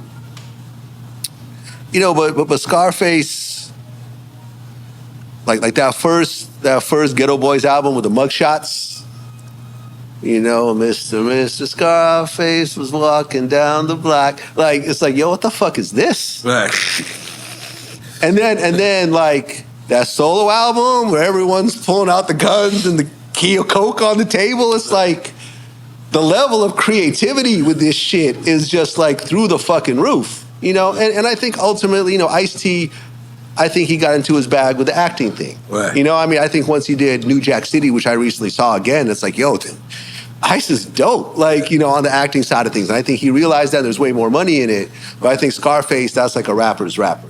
And this is why I think his Tiny Desk concert got the reaction that it did, because you just forget how dope of a storyteller. And, and people always, like, what I don't like is everyone says Scarface and they forget about Willie D. Right. Because Willie D, this is my friend who I talked to last night. Like, he played such a huge role, like... I start off our interviews like, it's time to step on some motherfucking toes. Right. Man, fuck them hoes. East Coast ain't playing our song. Want to hear what the hell going on? Mm-hmm. Like he was so aggressive. And once you get to know him, you realize that he's really like that. Right. Like, this is not an act. No, he never has. He really will beat you up in person. Right. You know what I mean? Like, he'll really put hands on you. Like this. Like that persona that you saw, plus he was writing for Bushwick Bill. Right. Most of Bushwick's raps was Scarface. It was Willie D's pen. Okay. Yeah. Willie D? Yeah, Willie D wrote a lot of that. Most of it, actually. So yeah, man, Willie D. And yeah, Willie D. And shout out to Ice-T. I interviewed Ice-T at your movie set. That's right. Remember in the barbershop? That's right. You was in my movie. Yeah. Never came out. I still got it. Never came out. I got my third grade lunch money. Right. Too. Well, I remember they were filming and I'm like, y'all don't want to put a mic a little closer to me? You're like, where that bar is right now. We ain't know what the fuck we was doing. But don't worry about it. We got great footage. It's still gonna be used. Yeah. Melly Mel or Cass? Melly Mel. And I got to interview Mel, and we talked about how if it wasn't for the message, hip hop may have faded away. Ooh. Because up until that point, in his words, it was rappers talk about rapping. Mm. The Message was the first serious hip hop song. The first one with a social message. The ones that the critics, the New York Times, and the Time magazines were like, oh, okay, there's something here. Right. Mm. Like there's actual reality rap, they were called. Reality rap. Right. Like this is actually painting a picture of life in this particular region. And it was, such a dope song and such a dope beat. And the way it was all put together, one of my early 12-inch singles. You know what I'm saying? Like I had that on 12-inch. And it was like, it was such a monumental thing. And it sucks that Mel doesn't get mentioned with the greats, because he is one of the greats. For sure. The voice, the presence, the structure, before there was anything to base it off of. Right. Was Melly Mel. Right. And people always, and I think just because Grandmaster Flash in the Furious 5, his name is not in there. You sometimes forget, and you put all the focus on Flash, which, you know, Flash is a legend. But Mel was the vocalist of that group. Everyone else was just backup vocals. He was the lead, right. 100%. And he, like I said, like, people would always assume that hip-hop would have blown up no matter what. But no, like, life doesn't work that way. There's crossroads that if certain things don't happen, and I like to compare it to go-go. In DC, go-go is the biggest thing ever. And outside of DC, nobody knows anything about go-go. It's huge in one region. It's a regional music. And hip-hop could have stayed that way if it wasn't for these records that broke through that barrier, like The Message. You see what I'm saying? And you, as a real hip-hop head, like, you can't deny what I'm saying right now. Right, no, for sure. It was those records, because up until that point, it was, you know, Busy Bee, and you know, it transcended region. Jump in my limousine with a $100 bill, and you know what I mean, go play basketball. Like it was, you know, I mean, it was fun, it was party, it was cool. Like, you know, but it wasn't. The Message raised the bar. It showed the potential. It showed the potential of what it could be, and what it is today. Right. So, and I've interviewed, you know, Kaz. I understand the importance of Kaz. Like, when I make these choices, don't think it's because I don't know who No, Kaz is immensely important, yeah. No, he's very important. You know, I mean, in fact, the first hit record in hip-hop, which was what? Oh, it's Rapper's Delight. Rapper's Delight. Taking his verse. Was his. Right. You know? That's hard. I'm the CASA and OVA, and the rest is FLY. Like, no, your name is Big Bang Hank. Like, why are you saying you're Casanova Fly? Because he literally, word for word, took Kaz's lyrics and re-rapped them, and it became a hit song, and no one knows about publishing or writing credits. These are just kids recording on cassette decks. So I understand the importance of Kaz. But once again, rappers talking about rapping. Of that, you know, flying, money, limousines, basketball, pools, TV screens. Like, Mel is Mel. Yeah. Let's make some noise for Melly Mel. Yeah. Tony Yayo or Lord Jamal? Tony Yayo. Anything you want to elaborate? Nope. Shout out to Tony Yayo, man. That's my man. And we've really formed a good relationship, and this is something that he said, because you got to understand that for a good 10 years Tony was very quiet. Now, I don't remember Tony being for 10 years. You did not. Tony was 50s man, and he was 100% solid and did whatever 50. You know what I mean? Has his friend required him to do when he played his position. Tony's a definition of loyalty, but Tony was not out there doing interviews, putting his face out, giving his opinion out until we did the first Vlad TV interview.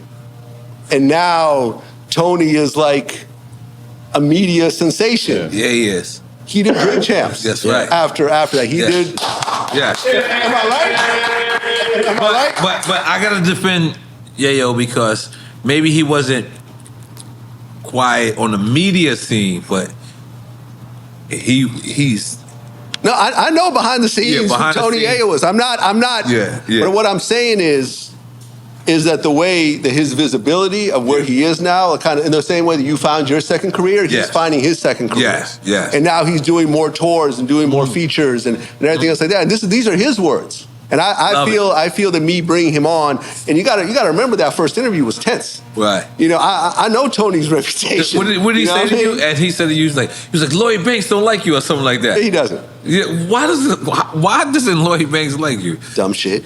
I mean, like, the annoying part about this is that the first time anyone has said Vlad TV on a video was Lloyd Banks and Tony Yayo. No fucking way. 2008, I would go to G-Unit offices to interview the both of them, and I do an interview with both of them, and I asked them for a shout out. Like, yo, it's Lloyd talking New York. Oh, this is, Lloyd Banks. Check out Vlad, you tune in to VladTV.com. Like, this is Lloyd Banks and Tony Yayo. I used to go to G-Unit, interview both of them. I know both of them, everything else like that.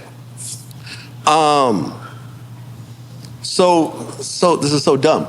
Like, Tony, like Banks doesn't really do a lot of interviews. Okay. Right? So, you know, we continue to cover him on the news site and everything else like that. I DM'd him a few times, hey, do you want to do an interview? He would just never answer. Right? And then, you know, if you know Vlad TV, every day we do flashbacks. Okay. Right? So if something's happening, like, I don't know, Nicki Minaj is beefing with Megan Thee Stallion. So we'll bring up an old Nicki Minaj interview where she's talking about other female rappers from that time. It's a flashback, whatever else, right? And it's always labeled flashback. Right, in parentheses. But it makes it look like you're, what do they call it, trolling? Not really trolling. It's just bringing in, you know, listen, like, your catalog is important. Your intellectual property and your ability to monetize it and use it again and continue repurpose it is important. Right. This is the film companies have always known this. Right. Yeah. But us smaller guys are just learning this now. So if I have a 16-year catalog and there's a video from 10 years ago that I could put up that gets another 500,000 views, right, that I don't have to do any editing, I don't have to just throw it back up there, throw the words flashback on it, which happens all the time now. You know, we literally every month millions of views comes from just flashbacks. I'm going to use that. So in this particular case, we put up a Lloyd Banks flashback, and the writer forgot to put flashback in it. Oh, so right? It made it seem like it was. Made it seem like it was new. Right. Whatever, honest mistake. So he writes me kind of like a nasty DM, and I'm like, this is when you choose to respond to me? Like, after all these ignored DMs, you choose to respond to me now? That was it. That was the exchange. We never talked again. And then like, Lloyd Banks hates you because of that. From fucking 7 years ago or some shit. Like, you know what I mean? It's Yayo telling you, Lloyd. Yayo telling me this. Okay. Yeah, you know, and I'm like, all right, well, fuck it then. Who cares? Right. You know what I mean? Like, he mad at you. Okay, he mad at me. Like, who cares? Life goes on. You know? It is what it is. Do you think you dealt unfair cards because I'm white? All right, let's say that. You think that's the only reason? What else? You tell me. Okay. Some of my closest friends, some of my neighbors,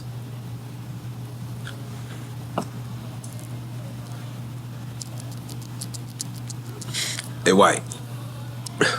And sometimes they ask me inappropriate questions. Yeah. It's just a part of their character. They'll be like, all right, for instance, this white guy lives right next to me, and we're all outside doing yoga, and he goes, well, I wasn't doing yoga, but he goes, this is exactly how he described it. He said, hey, don't go over there, you're going to get high. Because, you know, we smoke weed before we work out. Okay. But I don't like the terminology getting high. I get medicated. My shit is I actually buy my shit from a dispensary. I actually have a receipt. Right. I don't look at it as getting high at all. So I was so offended. I went upstairs. I got my receipt. I got my medical marijuana card. I got my regular, and I wanted to show him. Right. Listen.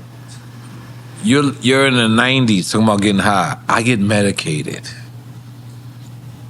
No disrespect. So you think that sometimes it's a question that maybe, all right. I'm not racially sensitive? Is that what you're saying? Sometimes I ask questions that are racially insensitive? No, I'm asking. Do you think that?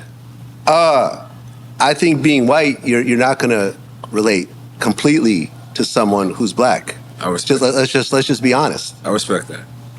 And you're not going to relate to someone completely who's white. Right. That's just the reality. Now, during the course of my adult life, from, you know, my sophomore year in college to, you know, throughout my whole adult life, 95% of my long-term relationships have been with black women. So, you know, in my home, I'm being told, you know what I mean, on an intimate level, when I'm doing that and I try to correct myself, especially because I'm speaking publicly. Right. You know what I'm saying? But even with that, of course, I'm not going to relate to what it is to be a black person. Right. Because when I walk down the street, unless they know I'm DJ Vlad, I'm a white guy. Right. You know, even though I'm Jewish, you can't necessarily tell I'm Jewish unless you know what to look for. Right. You know what I'm saying? Right. Like so I don't know what it's like to be a black person and live in America. And I remember when it really dawned on me was when I went to Africa for the first time. When I went to Africa, I went to Senegal, you know, where Akon is from. Akon is from. You know, but this was before. They have Dior out there? They have what? Dior. Dior? Oh. Like the Dior you wore? On your show? Drio, my bad. Drio, my bad. Yeah, I remember I lived with a family in Senegal because the people I was with had friends. So it wasn't. I was in a hotel. I was actually living with a Senegalese family for like 2 weeks, and I was walking around in Dakar in the village, the small village we were at, and everything else like that. And I would interact with the Senegalese, and I just remember how different our interactions would be than with black people in America when I would see them when I don't know them. Like a level of apprehension that was in America was not there in Africa. And it started to dawn on me that like meaning they didn't look at you the same? Yeah, it was a level of, yo, this is our shit. We here, we comfortable. We're not tripping off you. We're not worried. You're not a threat. Right. You're not, I don't look down on you. I don't look up at you. You just are what you are because, yo, this is our country and you're a guest. You know what I'm saying? You're a guest in our country, and we're friendly. We're happy you be here, but this is our shit, and you know this is our shit. President's black, the whole government's black, the postman is black, the milkman is black. You're the outsider here, you know. But you're welcome. Everything else like that. You start to realize that in America, but there's not the history of slavery and the Jim Crow laws and the white-only bathrooms and the bullshit and everything else like that in that country. You realize, a lot of the tension that happens because of the history in America, and you have to go somewhere else to realize it because you're just in it 24/7. You live next to a waterfall, you don't hear the waterfall. You're next to the waterfall. You go away from the waterfall, you realize, it's not so loud over here for the first time ever in life. And that's what I realized. It was like, okay, now that's why it's so important for people to travel out of the country for sure and see other shit, because America is not, yes, best country on earth, whatever. It's not the only country on earth. Right. You have to see other places and see the similarities and the differences, because there is differences. Yeah. You know what I'm saying? And it just made me realize, okay, like, you know, I remember like Richard Pryor talking about the first time he went to Africa, like he never used the N-word after that. You know what I mean? Like it changes you seeing shit like that. Yeah.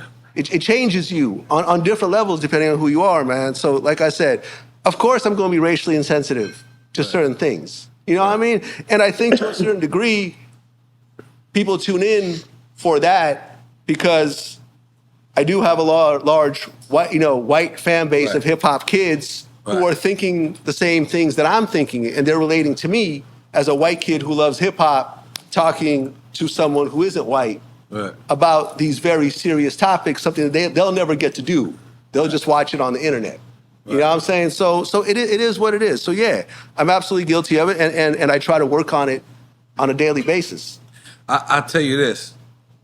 Diego right there. This is my friend. When we go out jogging, he jumps in front of cars. Because he uses his white privilege to the fullest. By the way, I enjoy it. He jumps right in front of the car. They start. They ain't hitting no white person. It's a fact. It's just a fact. And Diego walks over there. He don't give a fuck. He's swinging his arms. He'll jump in front of any car. He doesn't care. Only time I disagree with him, it was a child who hat came off and he was going to run. It's like, fuck that child. Fuck that hat, too. He's about to die. He thought he was going to run in front of the fucking highway to get a hat. And the parents didn't even move. We said, Diego, you going to move your ass. But we were in Amsterdam. And I was smoking cigarettes at the time. And I look, they're only watching me.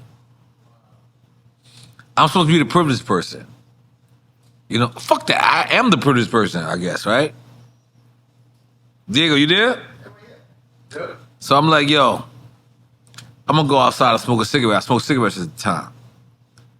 I'm going outside and smoke a cigarette. Every single time I walk through the door, they stop me and say, you can't bring your drink out. My friend right there. I just went like this. Gave it to him, and he walked right out the front door. Huh? Oh, he had his. He was double fisted. And then we go outside, and I'm just looking at the security, you bitch ass motherfucker. Drinking, I'm double fisting too, like, smoking a cigarette. And then I did it 12 times. Like, but did they stop me every 12 times? They said, you can't drink. And I was just like, all right, cool. I got good white people that was with me. And I would just, but that's fucking, and you know where we was at? Where we was at? I said we was at? Amsterdam. Amsterdam. Right. In one of the most liberous, free countries to smoke marijuana. Yeah, I've been there multiple times. Yeah. So it does exist. Man. Racism is everywhere, bro. Of course it is. Yes. Yeah, you can't pretend like it doesn't. Right. And you can't deny the effects of that history because there's, you know, I've interviewed Bill Duke, who had grandparents that were coming out of slavery. Like, you know, like really, I believe, was he alive when the Emmett Till news broke? I think it did. I think he was. Yeah, he remembers the Emmett Till story. You know, so you got people alive right now that dealt with that shit. Mm-hmm. Yeah, this is not ancient. This is not Jesus' time. That's the crazy people part, are just arguing over some shit that nobody technically knows about. No, this is some real shit, man. And can't just pretend it doesn't exist. You gotta accept it. You gotta accept your role in it. You know you're not gonna be a perfect person. You know you're gonna fuck up. You know that you need good people around you that are gonna check you on it. Be like, hey man, what you said here was fucked up. And some of my guests do that. Right. You know, the Ari Spears of the world will sit there and check me on camera. Michael Jai White will check me on camera. And I'll run it. Right, yeah. You know, I fucked up. My bad. Yeah. Yeah, it's only one last question. This is the one last question we say isn't a trick question. Okay. Oh, no. I got, we said Boosie. Oh, okay. Boosie or Aaron Hall? This before. Boosie. Okay. Yeah, Boosie. All right. Then now this is the one last question that we say is not a trick. Okay. Loyalty or respect? Respect. Respect. I mean, a person will be loyal to you to an extent. You can't expect. You get what you earn. Mm-hmm. You know what I mean? You get what you pay for. Mm-hmm. You can't expect a person to be loyal to you when you're disrespectful to that person. Mm. You know what I'm saying? You can't expect loyalty to last past like a level of comprehension that no one really could understand. Mm. You know, like I have a staff of people, and I understand they're going to be loyal to me as long as I pay them. Right. But at the point that I can't pay them anymore, I don't expect them to keep working for me for free. Right. You know what I mean? And I don't expect that, and they understand that I'm not going to keep paying them if they stop working. Right. You know, and you do have friendships, and you do have principles and everything else like that, but we're all humans. Mm-hmm. You know, but the respect, that's an ongoing thing. It's an active thing. It's happening right now. Like me and you are respecting each other right now. Right. Me being here. Right. You know, because of the respect I have for you and us having that conversation and you allowing me to come on this platform with all the wars that you won and everything else like that. This is respect that you're seeing in action. Right. It's not about loyalty. Right. You know what I mean? Okay. The loyalty is whatever. You know what I mean? Right. And we have been loyal to each other and everything else like that. But the respect is something you have to keep working on. Right. It's not just something that you know. And you know, listen, I've interviewed so many people, so many mafia guys that went through the pricking of the finger and gave and told that they're mafia boss, that if my kids are dying and you call me, I will drop them and go see you. Cosa Nostra. Cosa Nostra. And they've killed people because they were told what to do. And they've killed their own family members. You know, Sammy the Bull killed his brother-in-law. Yeah. Killed his brother-in-law because he was told to do that shit. Because they took the oath, right? And at some point, that loyalty expired. And all of them that I've interviewed have said, and I was gonna do 100 years, and I was gonna jump out the window, but then this happened. But then I heard this tape of him saying this. Oh, then they threatened my family. There's always a good excuse to be disloyal. There's always a great excuse to be disloyal. Yes. Am I right? You disagree with me? No, that's ill. That's ill. I'm saying that's a person will always find an excuse to be disloyal to you. Wow. Will always find an excuse. And you may not agree with that excuse. And man, I just interviewed Trick Daddy today, right? This interview's not out yet. This interview's not out. But this story, my man Jake, he knows what he was sitting right there. Like this. You gotta understand, Trick Daddy was in tears when he was telling me this story, right? So Trick Daddy's a multi-platinum artist at this point. All his big records, he's like album number 5, number 2 on Billboard, Take It to the House, Let's Go is out, he's touring, whatever else, right? And he said, like, when he got his first $1 million, he said, he told Ted Lucas, don't give me that money. Break it up in $20,000, $30,000 chunks, so all the people that are there for me, I'm gonna give them this, I'm gonna break them all off. I'm gonna give this person this money, this person. You know, take care of everyone who took care of me when I was homeless and, you know, in the street and everything else like that. You know what I mean? Huh.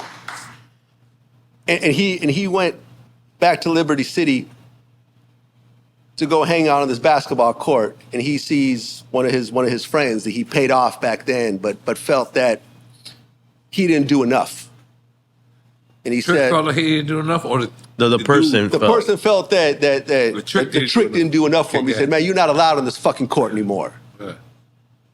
I know you think this is your city, whatever. You can't come back here again. I'm still here. You can't come to this fucking court anymore. Trick was so hurt when he heard that. And he's holding back tears as he's telling me the story. You don't know where interviews are gonna go, right? You know, I'm asking a question and I'm getting this reaction. He said, I went in my car and I got my pistol. And I pulled my pistol out of that motherfucker and I said, your daddy got killed from someone that came back and killed him. Your brother got killed because of someone that came back and killed him. Motherfucker, I'm coming back and I'm gonna kill you for telling me I can't come here after everything I've done for you. And I'm gonna call your grandmother and tell her what the fuck I just did. And he's holding back tears, telling me this story. And that motherfucker pressed charges on him and sued him. And he said, I did so much for this motherfucker. I you know what I mean? I did so much, and I hooked him up with my sister. They probably could have killed him at that moment, and he did. He didn't, luckily. Right. But there was repercussions to that action. But that's how upset he was. And you would think that a motherfucker would be loyal to you after you've done so much for him and he hasn't done something for you. But he'll find a reason to let you know that you're not welcome and spit in your face.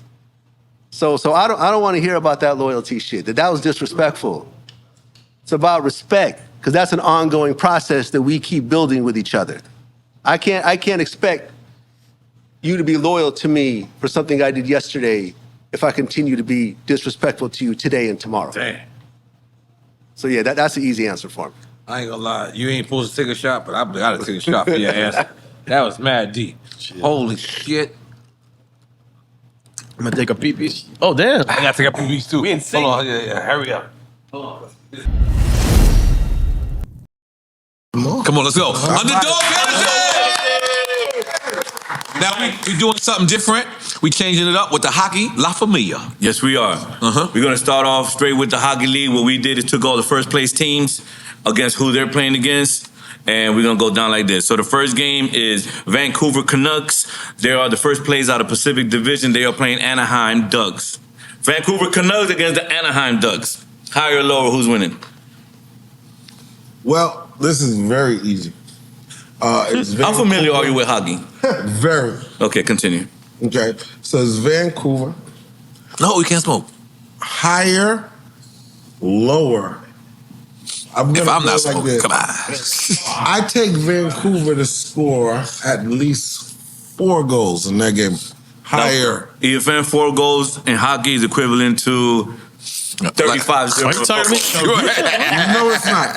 I like how you think what you And you were wrong. It is. Hey guys, This is documented. I'm going 100% Vancouver. Clearly, before us, I love going to Vancouver. Any other places in Canada, when I enter the country, they pull me over. Vancouver does not. Vancouver does not. They let me go through. I don't know if it's because they like criminals. I don't know. I don't know, but Vancouver's always had my back, so I'm going. One of the beautifulest places I've ever seen on earth. Even the summertime, they have the summertime on the low, but up top, they have winter. You can walk to winter. You can go to the winter. It is real. I love it. I never even heard of that. Skiing, yes. And it was one of my #1 markets for years. So I'm gonna go Vancouver. We go to Vancouver. Good job. Official Don Diego, what are you going for? I'm gonna say Anaheim. Anaheim? Yeah, what the puck is a Canuck? What the puck is a Canuck? Going with. I'm going Canada when it comes to hockey, man. Anaheim, I think I'm going to side with Diego. We're going with Anaheim this time. Anaheim. Shout out to Anaheim. I lived there for a small time. Somebody Like, go. Anaheim. One of the West worst Coast, teams huh? in the league. We appreciate you. Now we're going to go right into the NBA games. Dale. For tonight, don't forget Drink Champs Army. Tonight's games. Tonight, go on the app now. Download the app. Get your $100. Underdog Utah Fantasy. Jazz with the Miami Heat. Miami Heat. Total points higher, lower, and who you think is going to win? Total points higher because the Jazz don't like to play defense. The Heat do.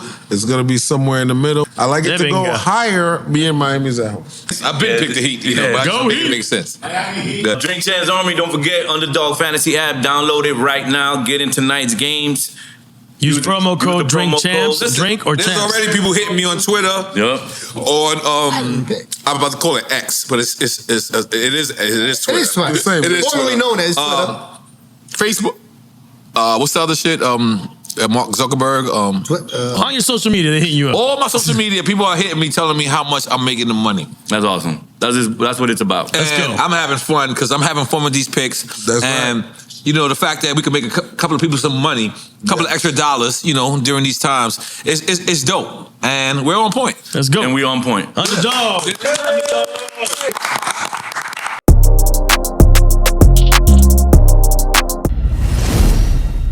Quick time, Islam, we did everything. What is going on with you and Joe Biden? Why y'all can't get along? Well, he can't get along with me. I'm fine with him. Yeah? Yeah. We can't do like a panel together? We can't do a panel together. And I mean, he told academics he's willing to do an interview with me on academics platform. But my thing is that there's so much baggage between him is that we have to have a conversation. Like I was going to go on Drink Champs, stop talking to you first. Okay, You know what I'm saying? Wait, but and we don't have a 1% thing compared to what me and Joe had. Okay, but what happened? Like, cause all right, so how the fuck did so what happened was this. Okay. This story. So I did an interview. Joe lived down the street from me when I lived in Jersey. Y'all was Jersey boys. Yeah, 2008. I'm launching Vlad TV. Hit him up. I want to do, hey, you want to do an interview? Cool. Show up to where he lives, do an interview, puts it out, whatever. Life goes on. The Harry days? Is this the Harry days? With when he was dating Tahiri? Yes. It's the Harry days. Yes, absolutely, 100%. Okay, I'm sorry. 100%. And you'll see why. Okay. So I do the interview with Joe. Interview comes out. So life goes on. We're doing interviews. And, Joe was kind of like the early put his life out on the internet, him and Tahiri. He was vlogging and stuff. Well, he was a vlogger. There we go. Thank you. He was one of the early hip-hop vloggers, so he's putting out his stuff, blah, blah, and I'm following his stuff. I'm following his YouTube channel, whatever, and I go and watch a video, and he's dissing this rapper named Ransom. Right? He was like, oh, yeah, Ransom is like a Honda, and I'm a Lamborghini, or something. He's dissing. And I'm like, I didn't know who Ransom was. I looked him up. I'm like, oh, he's a dope rapper out of Jersey. So we reached out to Ransom.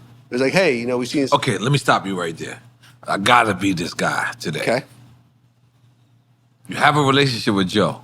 I did an interview with Joe. That doesn't make a relationship. One interview. That's true. One interview. But most of us, I got to be devil's advocate. Okay. Once I do an interview for you, I kind of feel like I have a relationship with you. To a certain extent. So, do you think that Joe automatically thought that, damn, how the hell I just did an interview with him and now he going to interview my enemy? You think that's... could that be where it started? I'm asking. Sure. Okay. Absolutely. And I take responsibility for that. Okay. I understand that. Mm. You also got to understand that in today's climate, you just go on Instagram and you make a response video and then everyone picks it up and then boom. Let me represent for you. This is before YouTube. No, I mean, it's before Instagram, before even Twitter.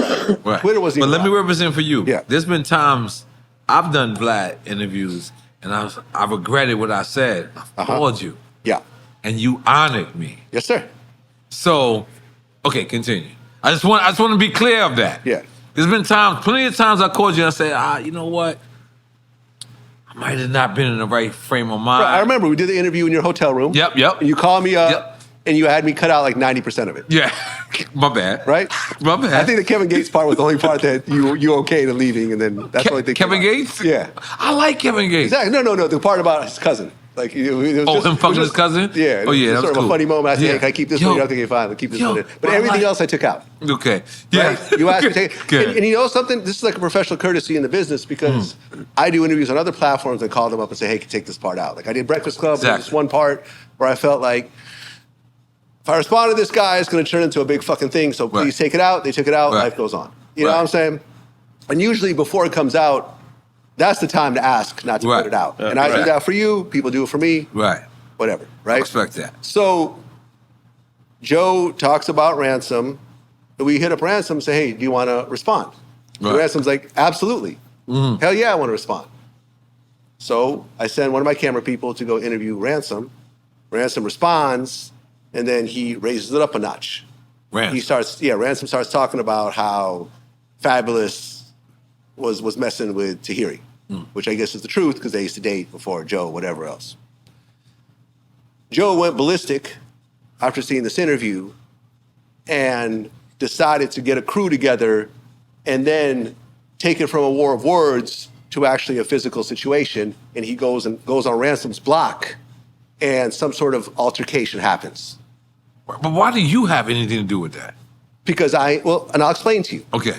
I'll explain to you, right? An altercation happens with Ransom. I guess like a gunshot was involved and stuff like that. It was serious.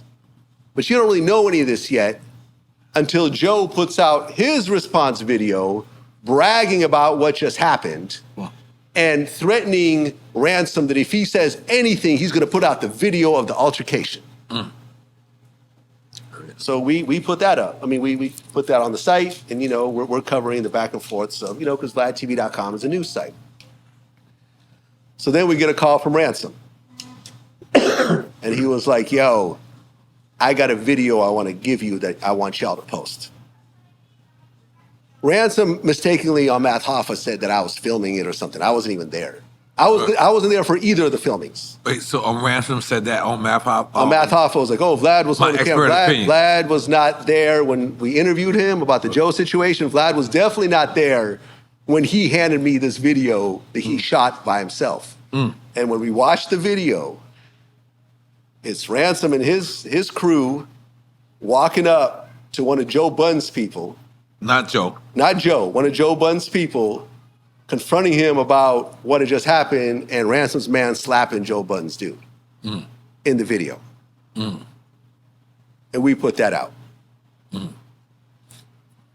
And then Joe Budden basically makes a video in response is like, fine, Ransom, you win. Vlad, you win. Y'all are stupider than me, you know, y'all are fucking ridiculous. Nah, fuck this, I ain't doing this dumb shit anymore, whatever. And then Ransom ends up going to jail over some shit. Not over that, over something else. Well, over the situation that happened and the video that he wanted to put out, I think ultimately was involved in that. The video that he gave me to put out.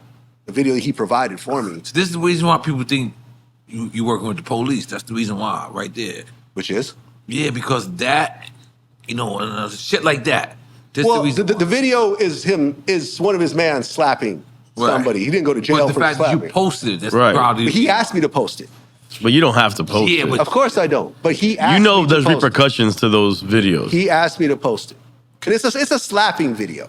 I didn't even know about any of the gunshot shit or whatever else. It's a slapping video. Like, what is that, a misdemeanor? Right. If that.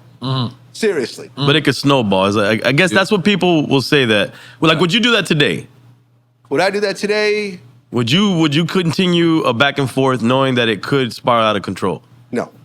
Yeah, see, But this is me at 50. right. You know, we were, but I also This is you at what?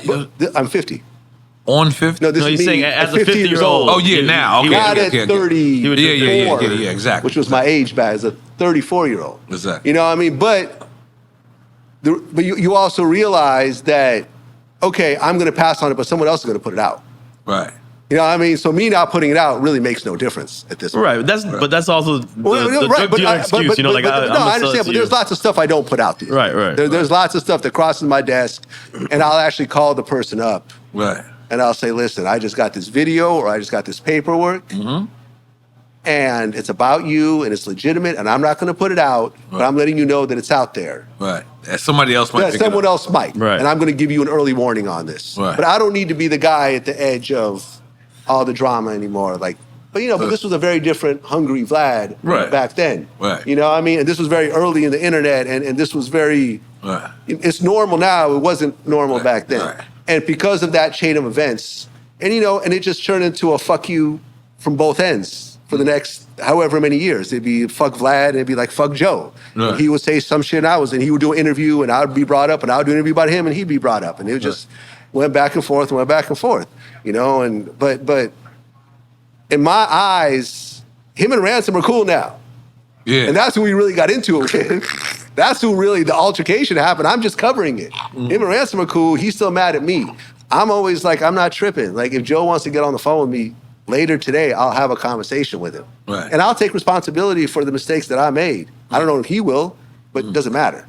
You know what I mean? And you know what I mean? Can we do business at one point? Of course we can.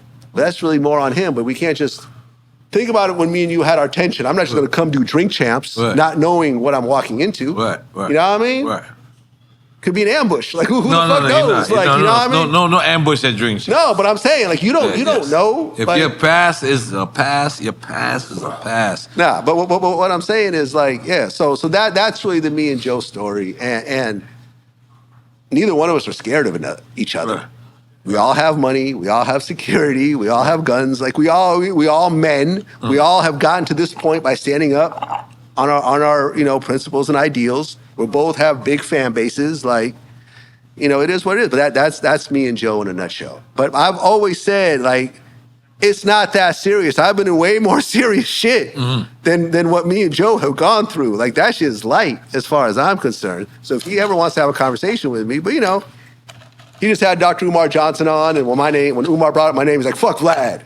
So clearly he's still mad. Umar said fuck Vlad? Well, no, Umar brought my name up when talking about some other shit. What's that? What did Umar say? Oh, well, Umar just was like, I'm out here building schools. DJ Vlad ain't building schools. DJ Vlad is also not taking money for the schools that haven't been launched yet. But that's another story.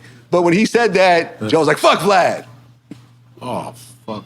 But whatever, it's fuck Vlad. Like, it's just words. Like, you know what I mean? But it's that, but it's like, all right, fuck Joe too. And this is how we keep rocking. And this may be past our lifetimes. Who knows? But I'm not tripping. Right. I'm really have no animosity towards him at all. Right. I am happy for his success. He's really carved out a lane. I feel that he is also like one of the few popular podcasts that do well without external guests. Right. The rest of us really revolves around the quality of our guests. Right. He's able to pull it together with his own crew of people. And sometimes he has guests, sometimes he doesn't. But you know what I mean? So you have to give him props for that. And he helped pioneer the space. Yeah. For everybody. Yeah. At least in hip hop. Yeah. For sure. Absolutely, man. And he deserves all the money and the accolades that he's been getting. I've never hated on Joe and his business on any level. But it's fuck me, fuck you too. That's basically Did we take a shot? Sure. Let's Salud. Oh shit. That's the Mama Juana now? Mama Juana's coming out? Salud. I heard Elliot Wilson say recently. Yeah. He was like, journalism and being media used to be corny. Used to be like, people used to like stab you for having an opinion. And now everybody wants to be media. Have you ever saw this day coming? I mean, I'm not surprised. Meaning? Meaning that. Well, I mean, listen. Let's just keep it 100. Keep it 100. Like, there's just a lot more money in it now, and people have realized that. Yeah. Right. So you could paint it how you want to paint it, right. But there's just a lot more money in it. And social media has emboldened everybody to think they're ready for it. And it's easier to build up a following. Right. And you know what I'm saying? And especially if you're already a celebrity and have, like, Keke Palmer has a fucking podcast. Pharrell has a podcast. Like, who could Pharrell not get? Right. Like, I'm supposed to, like, I compete with Pharrell. Right. Do you know how hard that is? It's not fair. It's not fucking fair. It's not fucking fair. Not only is he Pharrell, the mega producer, but now he's the head of fucking Louis Vuitton. Louis Vuitton. Like, who's going to tell him no? You know what I mean? Yeah, I got his no, number. You might get some exclusive Louis sneakers at some point for saying yes. I ain't gonna lie. It took me so long. I had a whole Louis outfit, and I was like, damn, fuck, if I wear this, I'm gonna fuck up. And I said, you know what? I'm meeting with Fat Joe. Fat Joe bought me this sweater. He bought me this sweater like, who was there? No, not 3 hours ago, you asshole. Like 6 months ago, I couldn't fit it. So I had to have a meeting with Fat Joe, not a meeting, and I was like, I gotta wear this, and I was like, it just worked perfect. But I'm proud of Pharrell taking over Louis fucking yeah. And he did Super Thug. Hey man, what? Hey man, damn. That was the record I was playing when I moved to New York. Homeboy, Wow. I came to party. God damn. Girl was looking at me. That beat? God that damn. beat? God damn. One of the greatest beats of hip hop. Yes, God right? damn. I'm supposed to compete with this motherfucker when it comes to guests. He got fucking SZA on his show. Yes. I'm supposed to compete with that.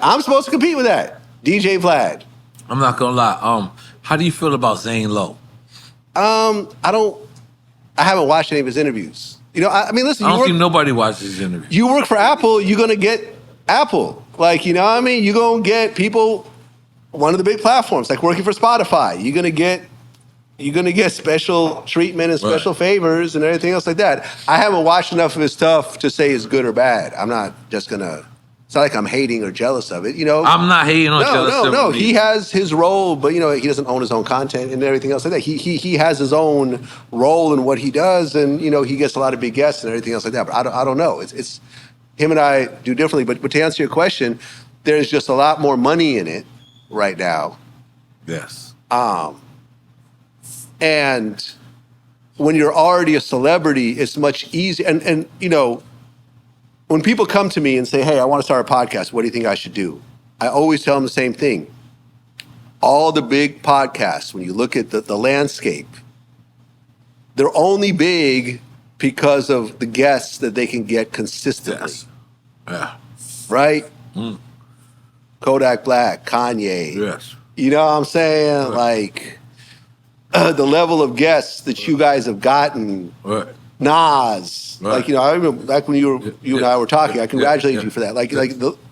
You are where you are, yes, because of N.O.R.E. and EFN. I get it, right. But you take away all those big guests, and Drink Champs is a very different Drink Champs, right? You know what I'm saying? For sure. It's just we're just keeping it 100. You take Vlad's guests away, and if it's just me, like it's a very different Vlad TV. You take away Boosie, you take away Yayo, you take away, you know, the Mike Tysons of the world, like whatever, like you know, so.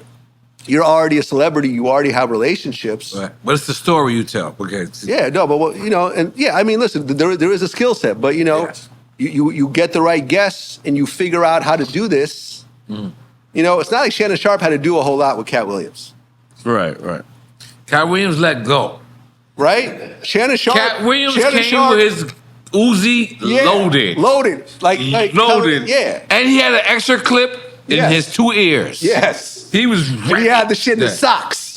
You know what I mean? Yes, yes. You're like, where did he pull out that? We're not taking that from Shannon Sharp. We're not. But Shannon essentially just had to press the record button and sit back. If Shannon did not talk during that whole interview and just let Cat be Cat, it would be just as impactful. Yes. You know what I'm saying? Yes, very true. But my only pushback to that is that it's consistency too, because those are anomalies when you have those big, episodes or whatever guests. Because when we started Drink Champs, not even CBS, who distributors, believed in it really that much. They were like, let's do some demos, and we did a couple episodes, and it took off because I think at that time we caught lightning in a bottle. It was also the environment that we were getting people kind of had forgotten about a little bit. Yeah. And we're bringing back these stories and rehashing this stuff. Yeah. And I think that that's a big component for a lot of podcasts, finding your own lane, being consistent. And of course, if you get big guests on a certain consistent basis. Big guests, the consistency and everything else like that. And now... You want another shot? I just poured another shot. I go. I'm good. Sorry, man. Salud. This is so great. Continue. But now the space is a lot more crowded. Yeah. Ever since COVID, because that's what every celebrity that was born. Everyone started podcasts. Now you have actors, athletes, everybody. Wives of CEOs. Everything. Rock stars, rap stars, everything. Got a podcast. Yeah, everything. Everyone got podcasts, and it was much easier to get interviews in 2008 when I launched Vlad TV than it is now. Right. It's easier to a certain degree because we have the relationships and we have the track record and we have budgets and everything else like that. But, listen, I'm competing against Pharrell. Right. I am. Like, when I see a Pharrell interview, it's like, I got to outdo that. You really feel you're competing with him? I don't see that. I know what he means. No, I know what he means, but I just don't see the comparison to compete. But in actuality, he's 1,000,000% correct. I am. Yeah. There is a pair of eyeballs that I want to go to my channel as opposed to his. All right, let me just. I feel those same eyeballs will go to yours just as much. Not necessarily. Not necessarily. I'm just saying they could. I'm saying there's they no. Could. You one of the most what's the most important thing you got is time, and time is limited. Right. You see what I'm saying? So you could say that, but a person only has a certain amount of time to watch. You got to remember, you're one of the most loyalist people ever. When we had Kendrick Lamar at Rock the Bells, we didn't have Kendrick Lamar. No, we never had him. That he was supposed to come through. He was supposed to. Right. The label set that up. I tweeted that shit. Right. Once I tweeted it, yo, you got questions for Kendrick Lamar?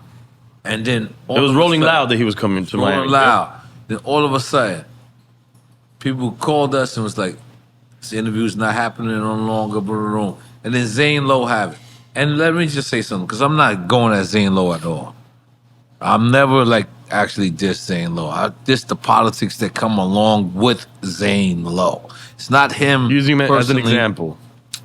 I love Larry Jackson. I love everybody. But they didn't understand what was going on.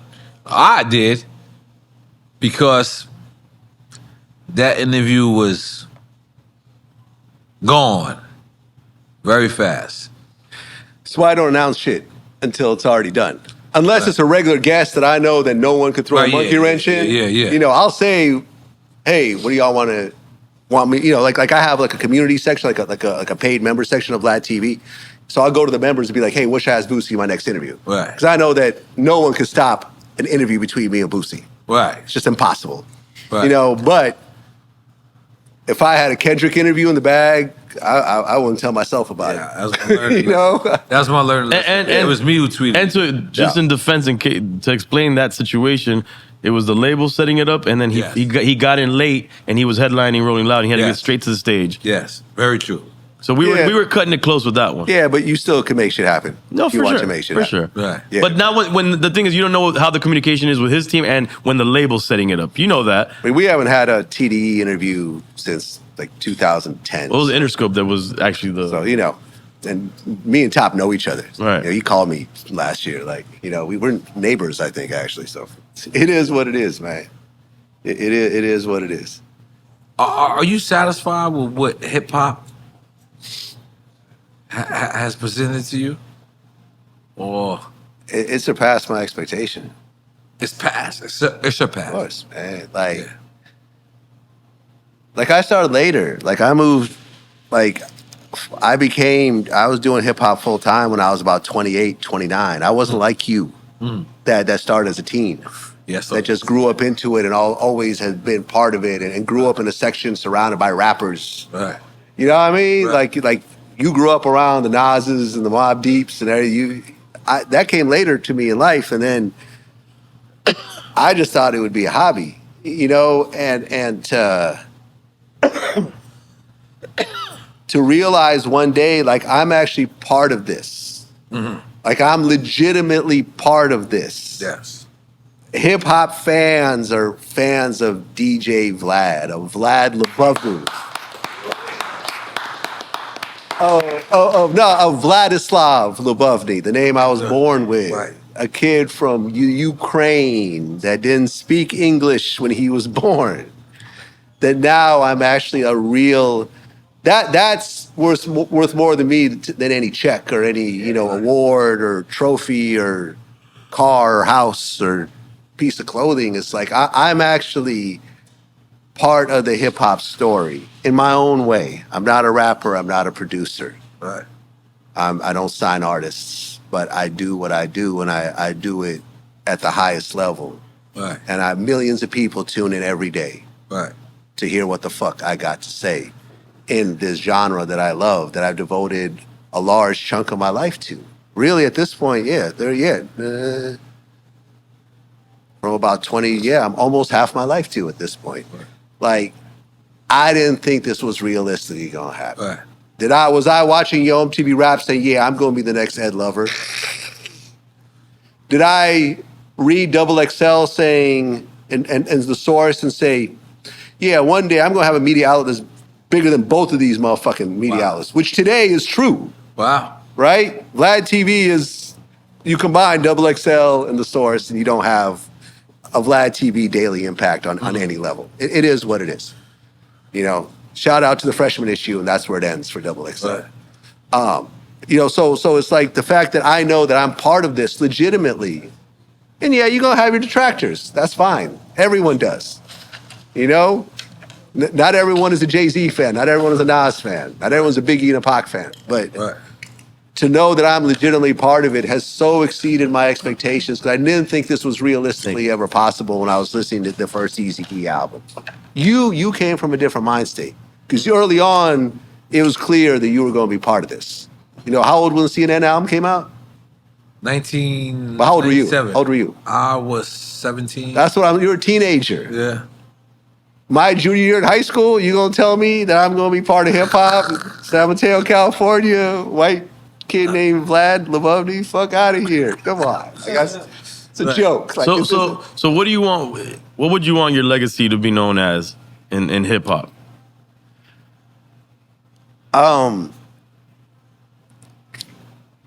Ultimately, to take my ego out of it, because my ego is gonna go away when I go away. But when you look at the Vlad TV catalog, the type of interviews that we do are life story pieces. It's fire. Right? That's what I do. When I met up with Trick Daddy today, we started at birth in Liberty City. Good. And we talked about his mom, who had 11 kids by 10 different men. Yep. And I thought it was his pops. It's his mom's. His mom had 11 kids by 10 different men. And then his dad had about 10 kids as well. So there's, whatever. There you go. 3, 2 dozen, kids, and we take it piece by piece through these set of events leading up to how he first started rapping, the trials and tribulations and all the albums and all the big songs to where we are right now. My collection of life pieces on important people of this era is probably the biggest collection in the hip hop space. And the hip hop space includes people like John Witherspoon, who did his only life story piece with me. Wow. It includes people that passed away that never got to tell their life story outside of Vlad TV.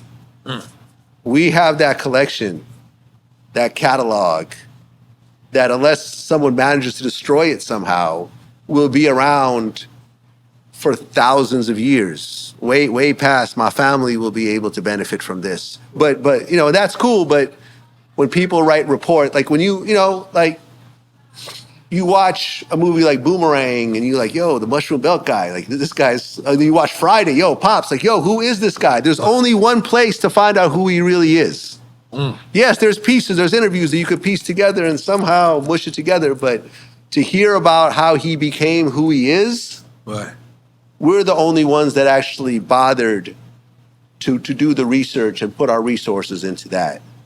And that's what I want the legacy to be, to leave behind these stories for people later on that were important to me and were important to millions of other people and made an impact and were exceptional people, whether they're actors, whether they're athletes like Evander, you know, like a Pete Rose, who I just interviewed, who will never make it in the Hall of Fame because of the gambling, but has more hits than any other person probably ever for the rest of baseball, to the, you know, the great producers like, you know, Rodney Jerkins or Teddy Riley, to the great singers like Shaka Khan or Smokey Robinson, to people's first interviews like the Migos.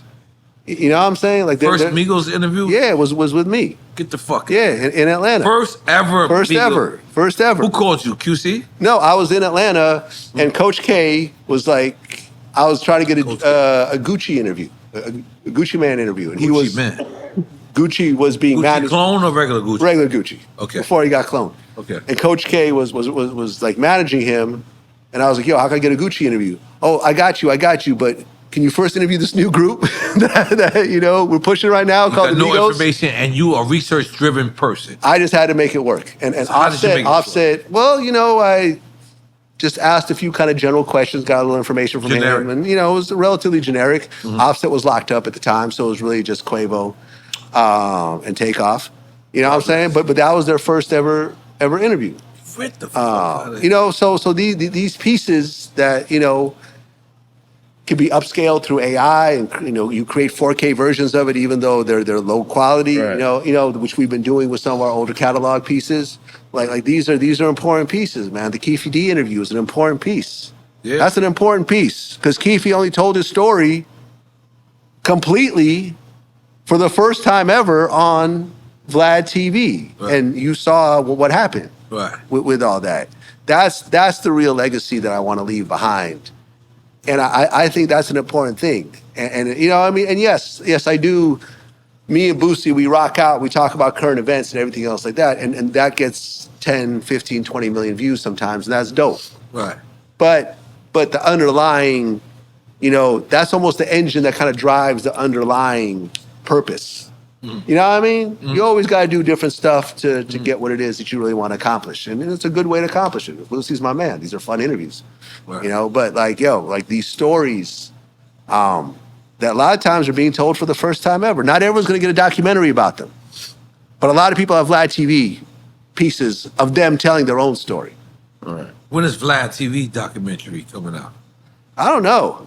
World Star asked me if I want to do one. I'm like, That's nah, fine. I'm good. You saying World Star offered Do a documentary on me. Do a document. That's kind of fire. Yeah, but it was, you know, it wasn't any sort of real, you know, there wasn't a budget or anything. You know what I mean? If I do it, I mean, I You feel got like. your own budget. You your own. Yeah, no, I mean, listen. You own your own material, correct? Right, yeah, I own everything. Yes. I mean, look, if someone, you know, it's not like, I mean, if a director that I really admired, like if Hype Williams wanted to do a Vlad TV documentary, yeah, let's rock out, do it. You know what I mean? Because Brett Ratner. I'm sorry? Brett Ratner. Yeah, Brett Ratner. Yeah. Like, you know, someone who I admire, you know, visually in terms of how they put pieces. What's that? Paul Hunter. Who's that? You don't know? I know the name, but remind me who he is. Yeah, that was like another director. Yeah, director of hip hop. He did commercial now. Yeah. Yeah, Fab Five Freddy. If he wanted to do something with me, yeah, I got, you know, and I know I Fab. like I've interviewed Fab. Like, you know, I mean, like someone like that. If they wanted to come do some shit, you know, what I mean, I'm sure World Star meant well, but you know, what I mean, but what I'm saying is, yeah, if they want to come do some shit, and you know, I think there's more. I don't think I've reached my peak yet. Mm-hmm. You know what I mean? I feel I have to reach more of a peak in order to think about something like that. I still have years left. Because when we look at your website, right, it's similar to Netflix. The only difference is you don't give us the number 1, 2, 3 interview or whatever. Yeah. But you give us the numbers. Netflix does not. Right. Do you think that's a mistake? Well, I mean, the website is the website. That's always been a secondary part of the business. The YouTube channel is the YouTube channel, and you can see the your numbers main on business. it. Yeah, absolutely. Okay. That's like 90% of the business. So, all right. So, explain that. What happens to you if YouTube changes in the way you can monetize? Do you have a plan for that? Well, I'll put it like this. Number one, there's always going to be a place to put great content. Right. You create dope content, and there will always be a way for people to find it and you to put it somewhere whether you find it. Now, whether it's YouTube or it's Snapchat that we use these days, or it's Facebook, that's a constant fucking nightmare for us, or if it's Netflix or Amazon or something else like that, there will always be a place. And, you know, it may not be the way we do interviews, do 10 clips a day. It may just be one powerful piece a year. Right. You know, but you also don't know what the future holds. Right. You would like to say that, but you also don't know where there might be a day that, let's just say, YouTube let's just say YouTube shuts down. You know, YouTube shuts down. There's no other place for independent content like mine. I've lived my life financially pretty conservatively. I've invested. You know, I've always pushed the whole stock investment stuff like that. You know what I mean? I own my house outright. I don't buy shit I can't afford. I could always, if I need to cut shit off and live, you know, I could technically live out the rest of my days with what I've accumulated right now. Yeah. And I mean, I'd have to tone down my lifestyle. I wouldn't go shopping as much as I do now, but whatever, who cares? Shopping. Like, I could live out the rest of my life comfortably based on how I've lived my life up to this point. I've never lived on the edge because I've lost it all at one point. Right, exceeded. You know what I mean? Like when I moved to New York, I was homeless because I've fucked off all my money before. So I knew, you know, when you lose it all, that's the best teacher ever of how not to lose it all. Because in the back of your mind, you always remember how you lost it all. Right, and it's possible. You always remember it. It's always possible. Right. So, hey man, if it all ends, it was a great fucking run. Right. We, you know, what our YouTube channel is like 3 billion views altogether. That's like the whole country of China. Like, you know what I mean? Like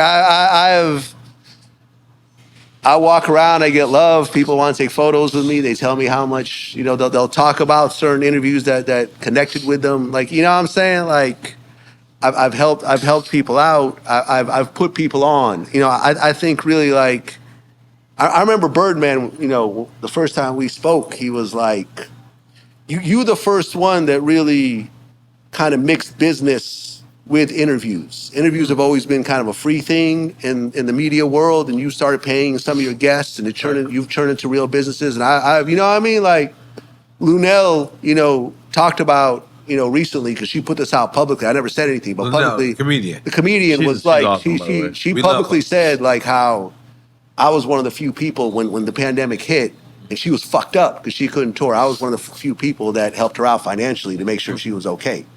You know what I'm saying? Like I've easily put millions of dollars in people's pockets.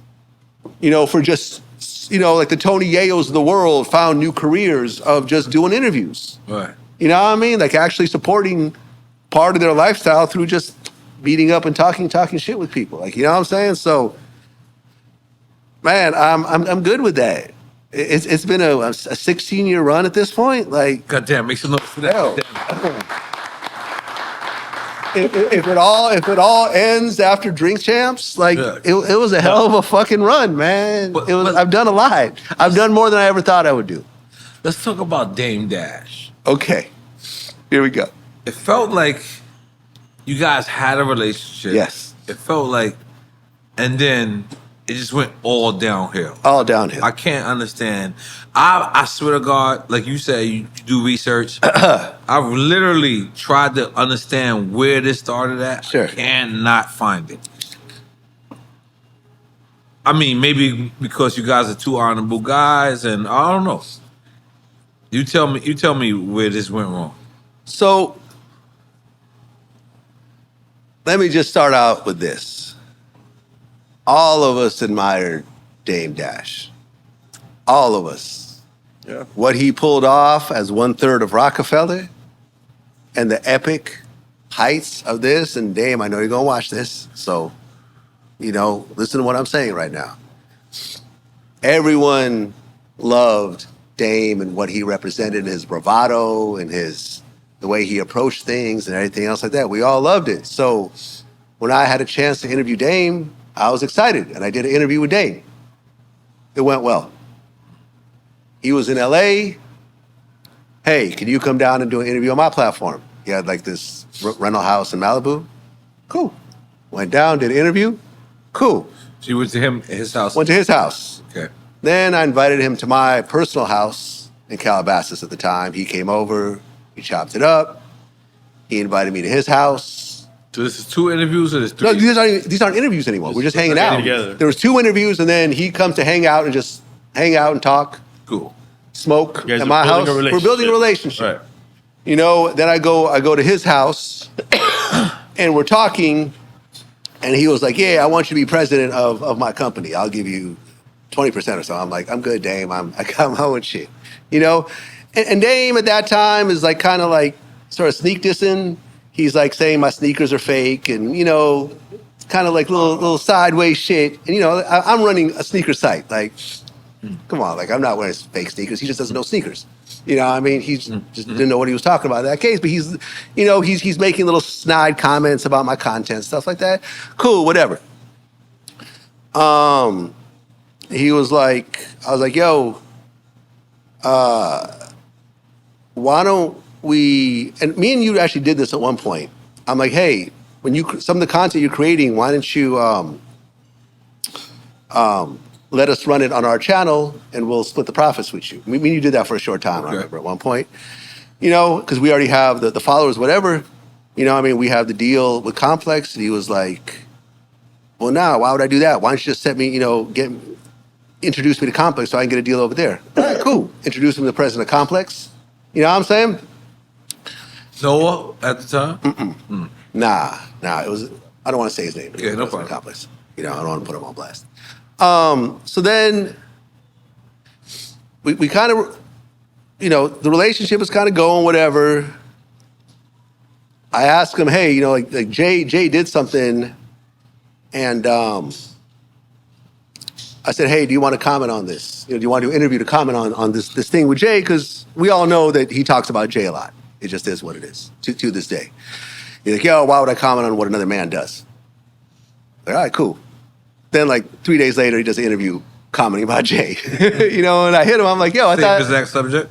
Exact same thing that I said he wanted to do, but whatever. I hit him. I'm like, hey, why would you? I thought you said you didn't want to comment on it.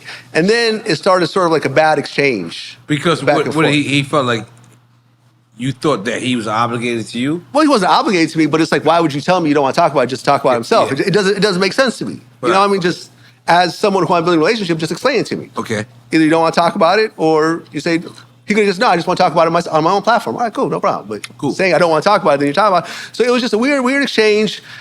And it got to the point where it was like the exchange started to kind of go bad. Like, now we're kind of starting to talk shit to each other. And I'm like, all right, cool. This is to each other. Well, we're texting back and forth, and the conversation's getting a little aggressive on both sides, right? But I'm like, all right, whatever. It is what it is. Dame likes to call everyone Chatty Patty. Or right? Culture Vulture. Or Culture Vulture. Okay. So he started with Chatty Patty with you. No, it wasn't. No. Well, I'm just saying in general, right? I'm not saying he's calling me a Chatty Patty in the text. Not yet. I'm just saying, as a whole, he calls people Chatty Patties. He calls people Culture Vultures. Okay. Right? Yes. Me and him had this private exchange. Dame decides to make a video about our conversation. No, time out. What? Dissing me in the video and talking shit about me. But this is a private conversation?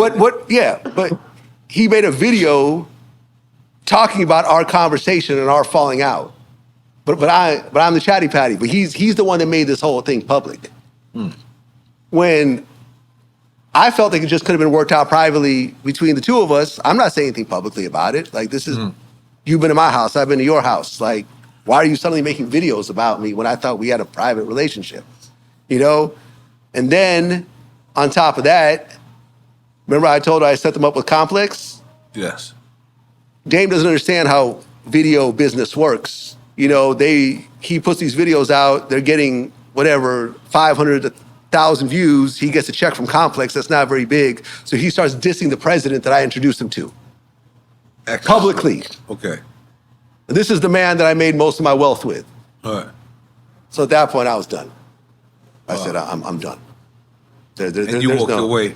Yeah, and it was like, fuck Dame after that. You know what I mean? He's like, fuck me, fuck you too. You know, and it's been the back and forth ever since. Right. You know what I mean? Once again, not that deep. Right. Not that deep. We don't even work with Complex anymore. It's whatever. But like the reality is that what I saw with him character-wise just didn't rub me the right way. You know what I mean? And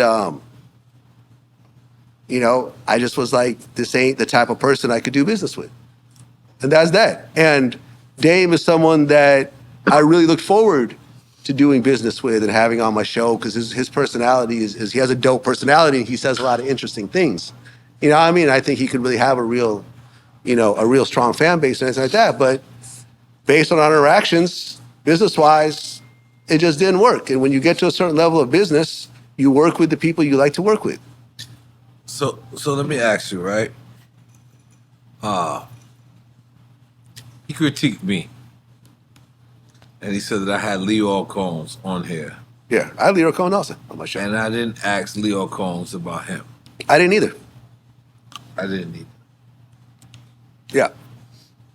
Why would I? I feel like, and me and Leo talked about this afterwards, I'm like, and I asked Leo this, I said, are you the most powerful person in music right now?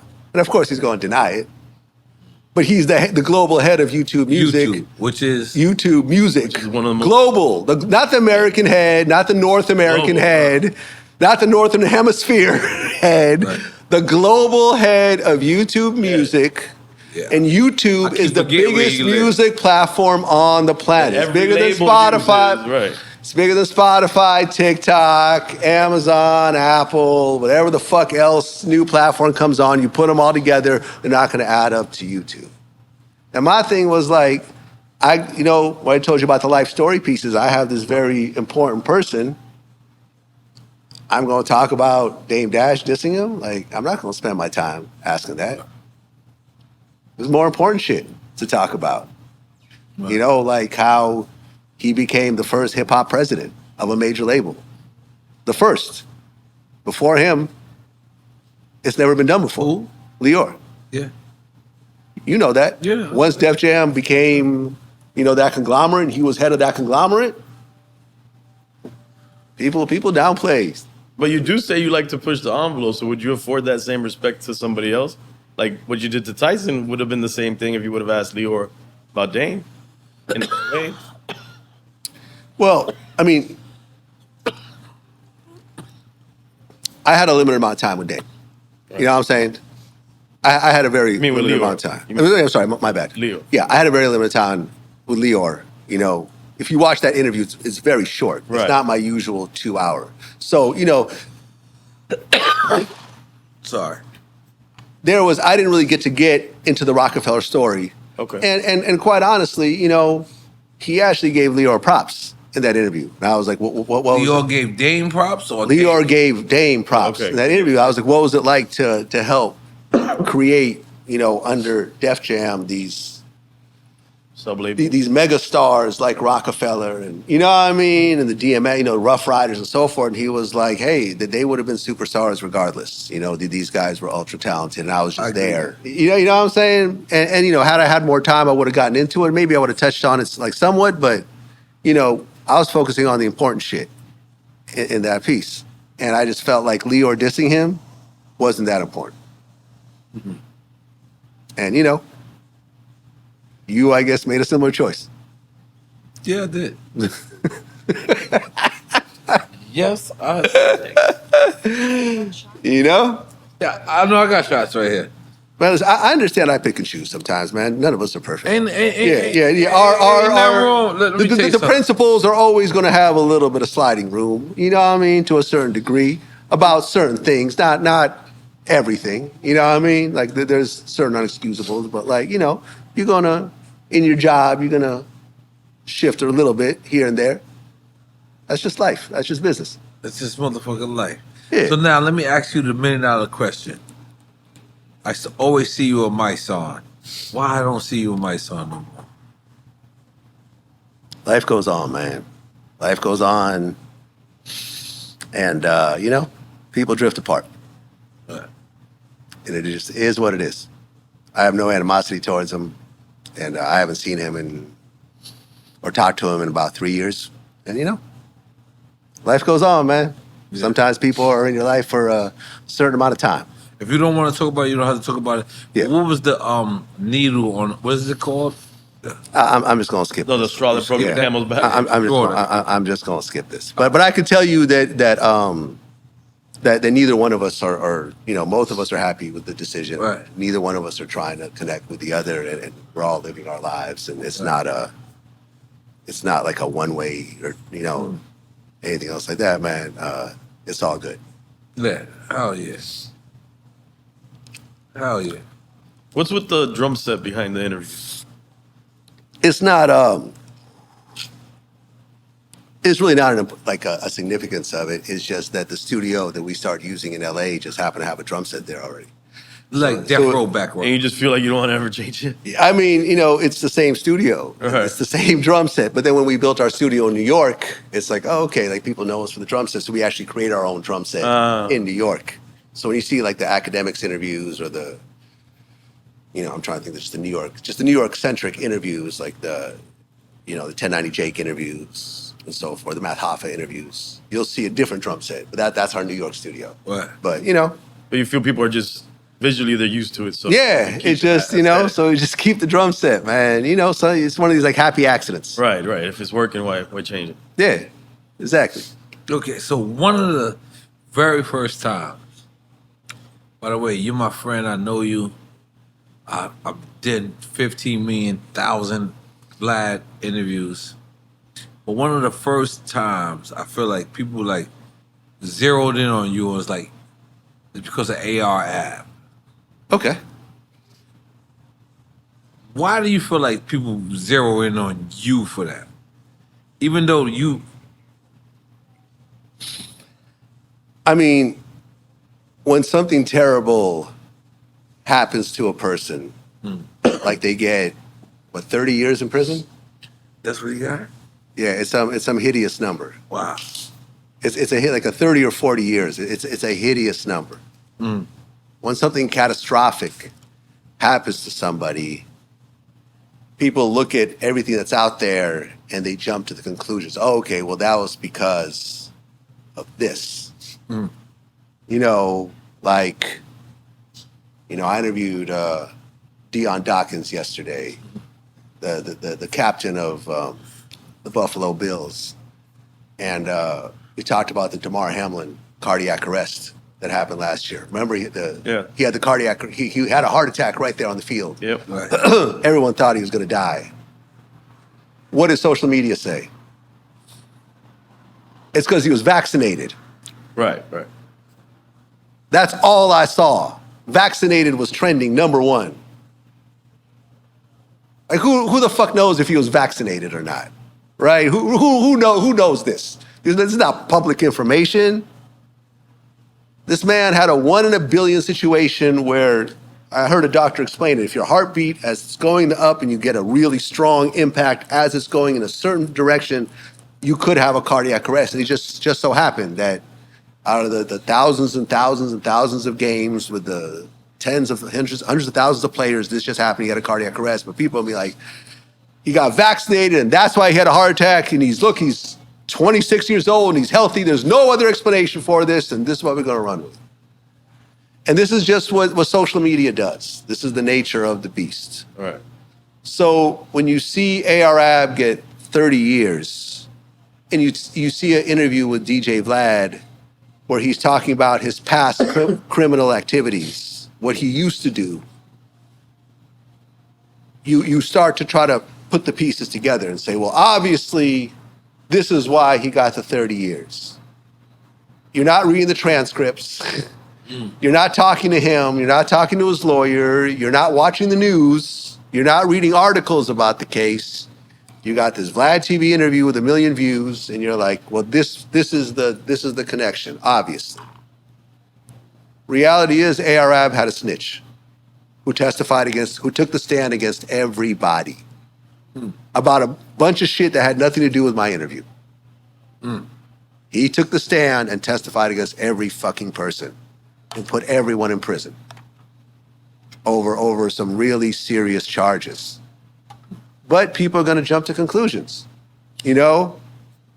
And then you get fake articles. And then you get this unknown media outlet who you've never heard of before writes an article that says, judge thanks DJ Vlad for helping to convict A.R.A.B. And it shows like this white judge who's not even the judge on the case. It's not the New York Times. It's an outlet no one's ever heard of.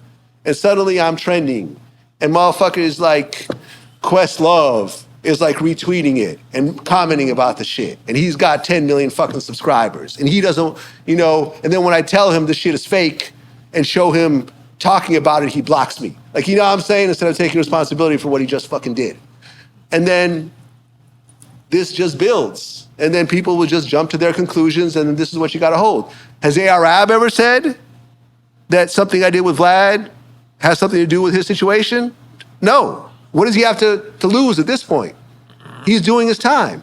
That was my man.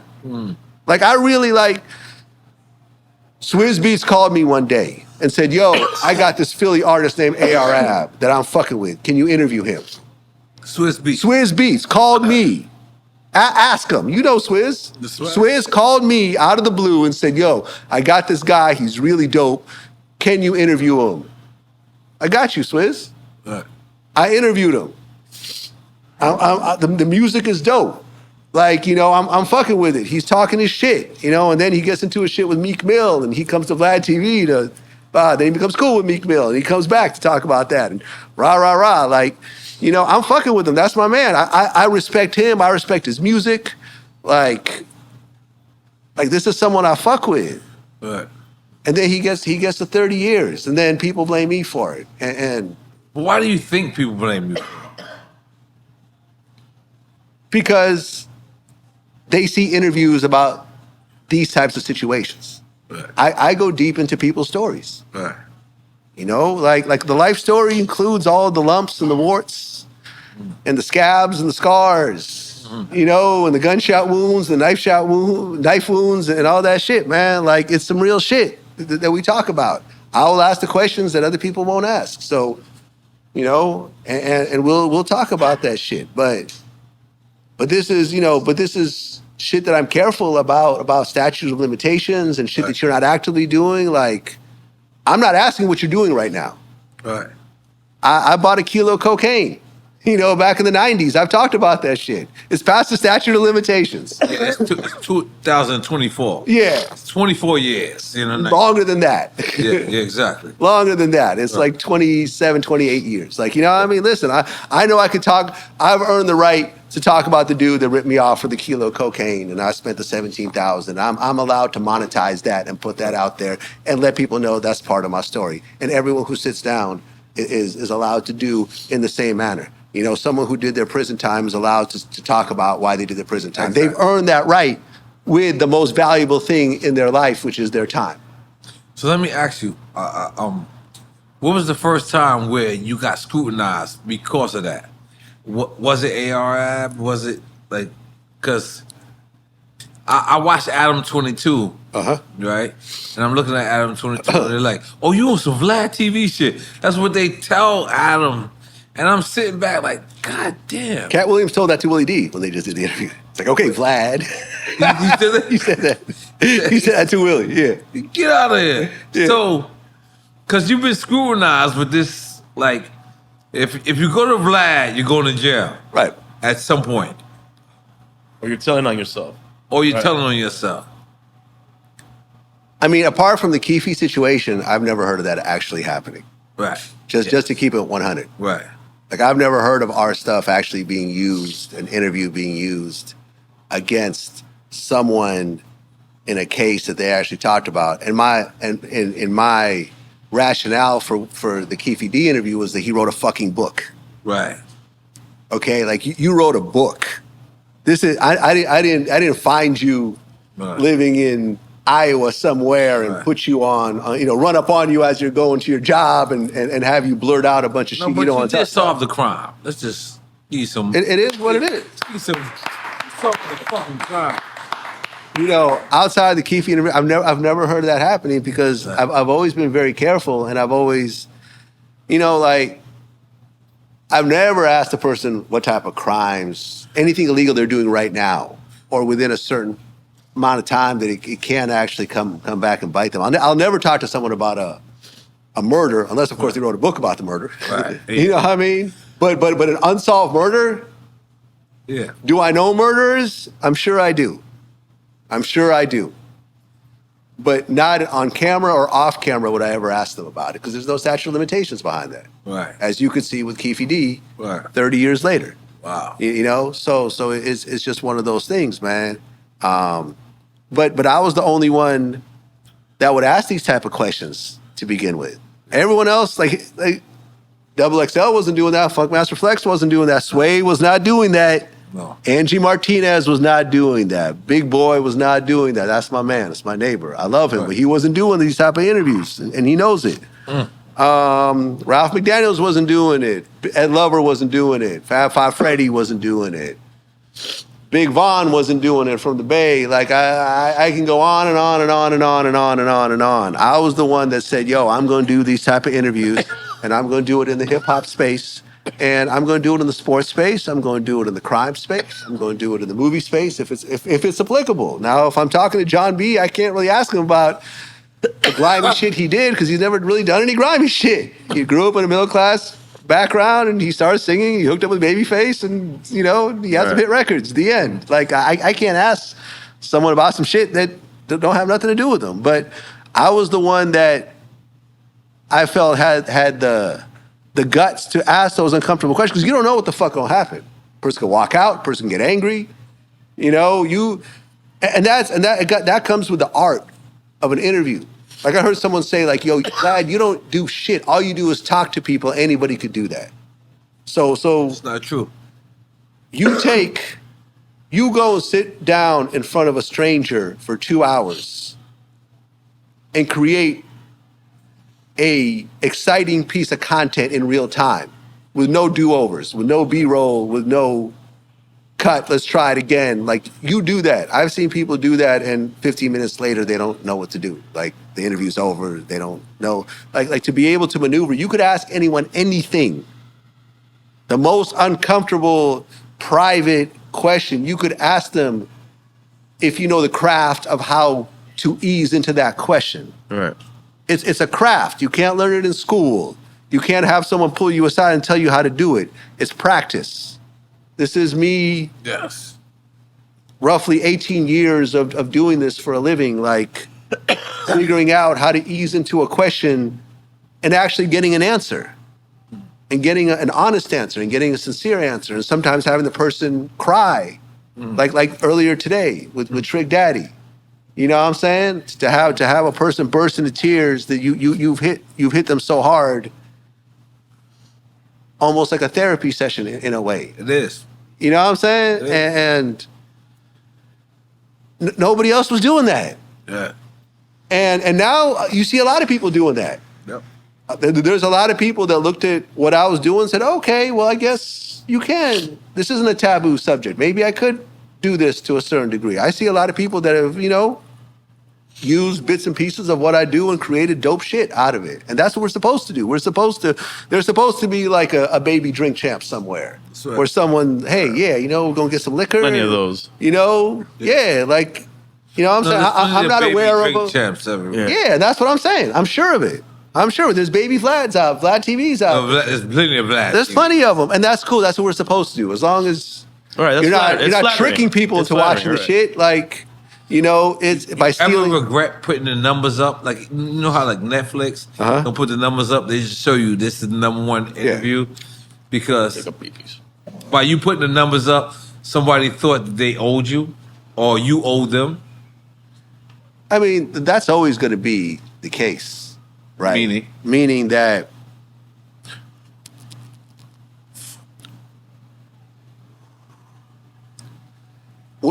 like whether there's money changing hands or not, when you sit down and do something like this, it's a business deal. Yes. Right? I understand that I'm going to come here and give you the most valuable thing that I own, my time, for as long as you want. Thank you. And you could ask me, Yes. there are a few stipulations that we talked about, but in general, you could ask me whatever you want, and you're going to take this and you're going to monetize it, and you're going to make money off that. And I understand that. Yeah. And I'm doing it for my own personal reasons. You know what I'm saying? And whatever our arrangement is our arrangement. Maybe I'm getting $1 million to do this interview. Maybe I'm doing it because I want the publicity. Maybe I'm doing it because of our relationship. You know what I mean? Maybe at one point I might call you and ask to do my platform. It's a deal on some sort, whether spoken or unspoken, but coming into it, everyone pretty much understands. You know what I'm saying? Yep. I understand, like, whatever you make, right? But what happens sometimes, and especially if a person isn't where they want to be, they'll be like, all right, well, this video really made a lot for you. Why don't you break me off? Two more other artists talking to you. Whoever. I've had this conversation with people. You know what I mean? Like, I'll bring one up, like Riff Raff. Right? Riff Raff, like I gave Riff Raff one of his early interviews. Diplo called me up. You know how we get these phone calls. You know what I mean? Diplo, Vlad, you know what I mean? I was rocking with Diplo at the time and, whatever else.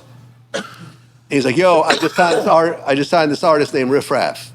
Can you get him on your show? Oh, okay, checked him out. Okay, this dude's entertaining. You know what I mean? Like, called him up. Diplo gives you his number, you call. Yeah, he connected us. I hit him up. He's in New York. We do the interview. It's actually kind of dope. He has this crazy personality. We take him shopping. I take him to the Gucci store and buy him some shit on camera. And, it does well. It gets a whole bunch of views. I think we do another interview. And then for 7, 8 years, we don't do anything. You know what I mean? We reached out. A couple times we're supposed to do some shit. He cancels last minute. Whatever. Life goes on. Whatever. We do this interview, and he hits me up after the fact. It was like, yo, I've been hearing that you pay for, people like Boosie, I heard they be getting a bag or whatever else. You need to pay me $5,000 for that interview. Like, I'm not going to give you $5,000 for this. It didn't even do well. You know what I mean? The energy was all... The interview's out. The interview's already out. It's already out. It didn't do well. It did relatively low numbers because he was just really kind of... wasn't the same Riff Raff. He was sort of a little depressed and kind of more guarded and, life had happened and whatever happened. It wasn't a very interesting interview and the numbers showed it. He's like, yo, I want $5,000. I'm like, well, man, if we had a conversation about this ahead of time, there might have been a compensation, but we never had that conversation. All right, we'll take my shit down then. I'm not taking shit down. Right. Fuck that. Right. Came in, you signed release forms, we spent our money, I did my fucking job, you got your promotion, whatever else, and it's like that type of shit happens. People start counting your money and people start to feel like they're entitled to certain type of things and stuff like that, but that's not the agreement. If this interview got 50 million views, if this became the new Cat Williams interview, I know it won't. But I'm saying if it did, I'm not going to call you and ask you for a check. Right. I can guarantee you that. Right. 100%. No, but when was it at that moment where you realized that, holy shit, I have to monetize this whole situation? Meaning what? Meaning from the beginning, he was like from the beginning, you knew once you interview somebody, you needed. All right, look, so okay. before Vlad TV was DVDs, right? Like I told you. Yeah, you said it earlier. I would interview people, I'd get unreleased music videos, I'd do other wild shit, and try to compete with the Smacks of the world and the Fendis of the world and so forth. I'd be putting out the DVDs, but DVDs are going away. And I'd have to put out more DVDs the next month to try to make the same money that I did the previous month. And it's, I'd just gone through this shit with mixtapes, so it's really fucking frustrating. And, I'm struggling financially. And then YouTube came around.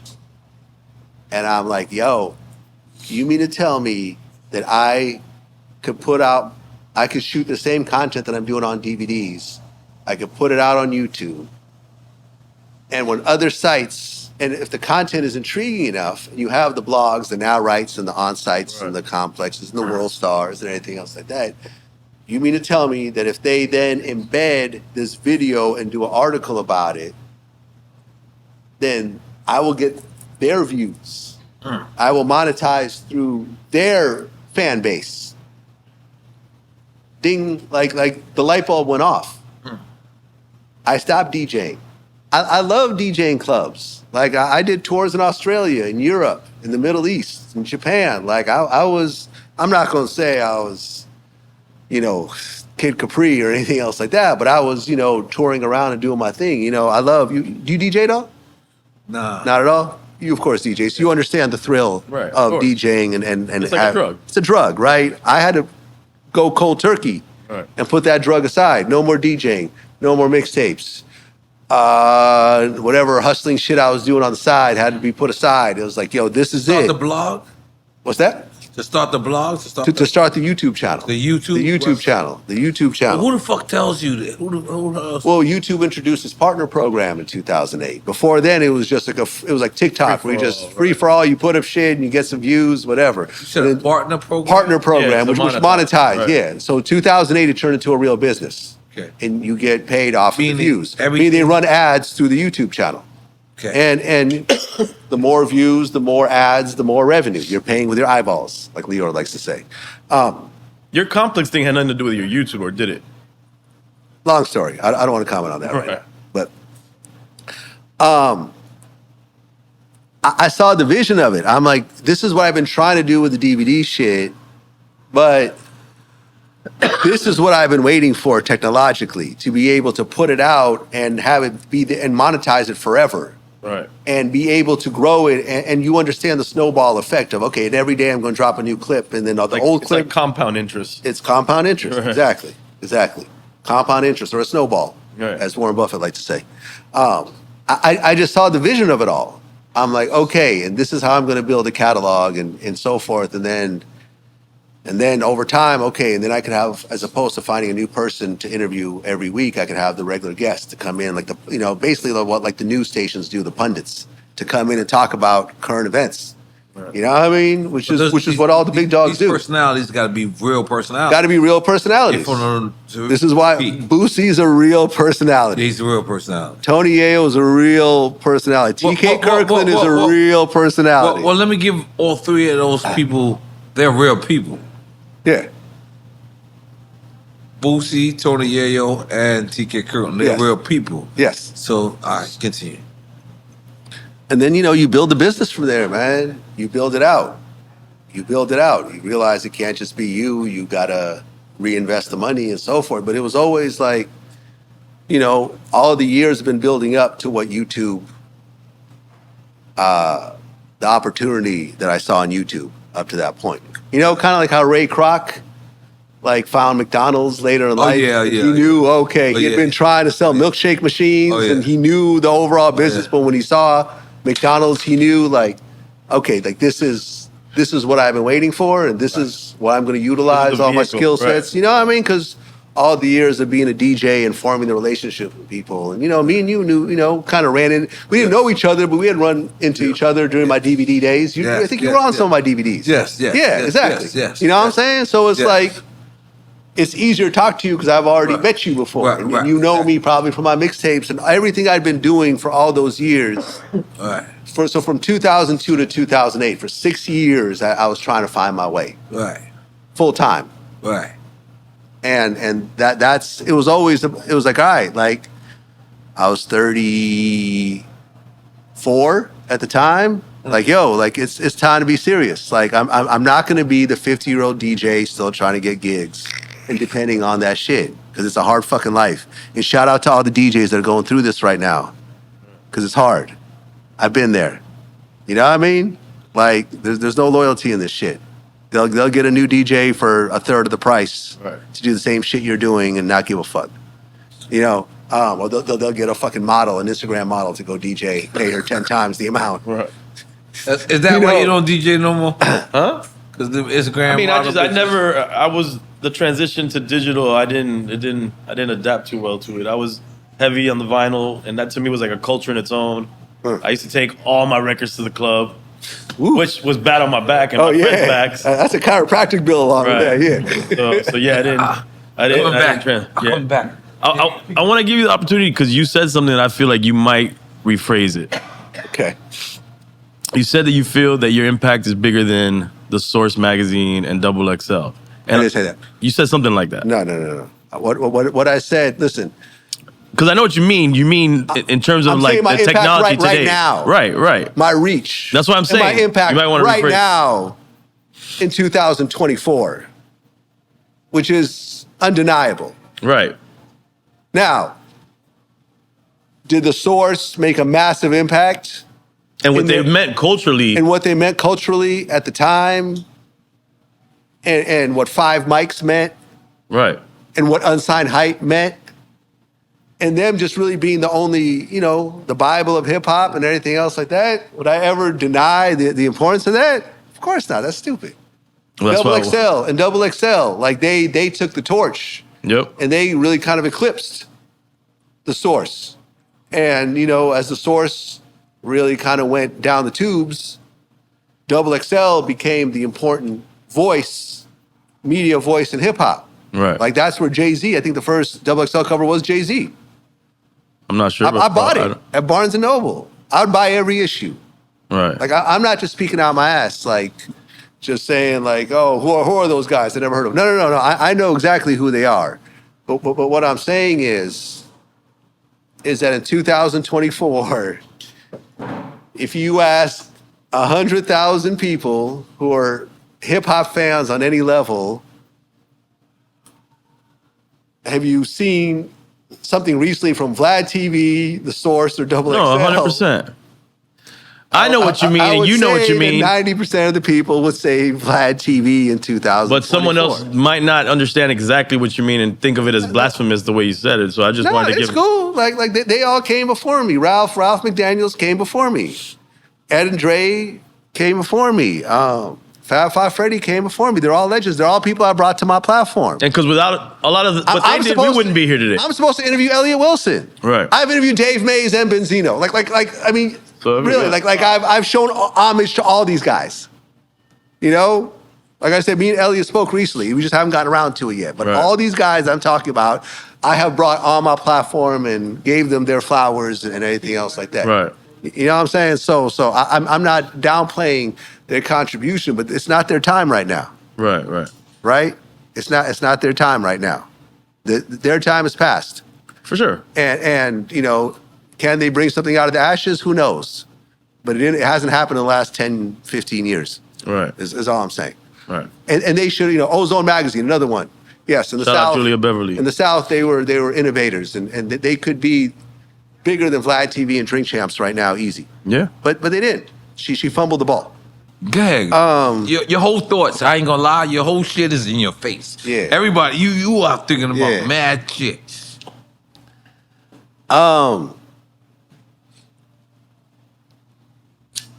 To me, and this is an example of that right here as we're speaking. I've always felt like we will win by fucking with each other, by all of us in this space, in this hip hop media space, sports media space, everything else like that. if we all fuck with each other. You mean that in a positive way? In a positive not way. Negative fucking with. We fuck with each other. Like we share resources. Right. I can call you Network. up when I have a question. I put you on when there's an opportunity. There's someone I want to talk to, someone you want to talk to. I've been doing this longer than on the YouTube space, longer than anybody. So there's certain insights I have. Willie called me and asked me a few YouTube questions. I'm like, us on the weekend, let's work on it and let me see what I can figure out based on what I see. We should all work together and fuck with each other. And I've seen time and time again how everyone wins. And when the new media guys show up, like the academics, like the Adam 22, like the Sean Cotton, like all these guys I reach out to and I embrace, like the Math Hoffas, when he started doing media, and I go on their show. Pick up my brother Math Hoffa. Yeah.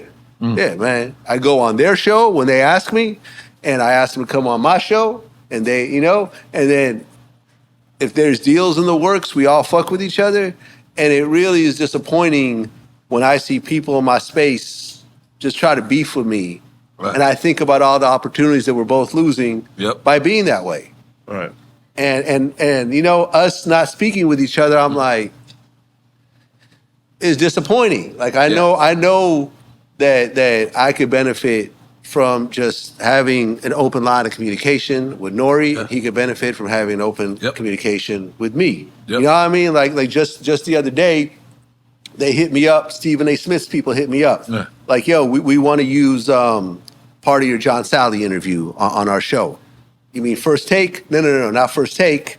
Our YouTube channel, which is just not very big. Right. The clips are getting a few thousand views. I'm like, all right, well, have Stephen call me. Mm.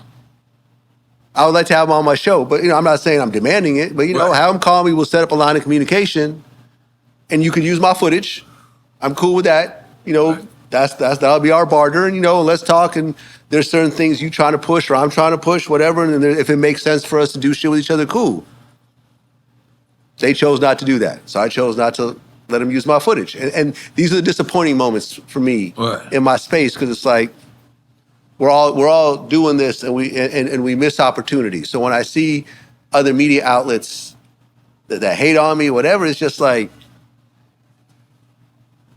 it hurts me, and I know and it's hurting them at the same time. And it's just overall just like a disappointment, which is why I've always felt like, let me just find the opportunity to reach back out to N.O.R.E. and open up the line of communication. It took about a year for us to get to this point.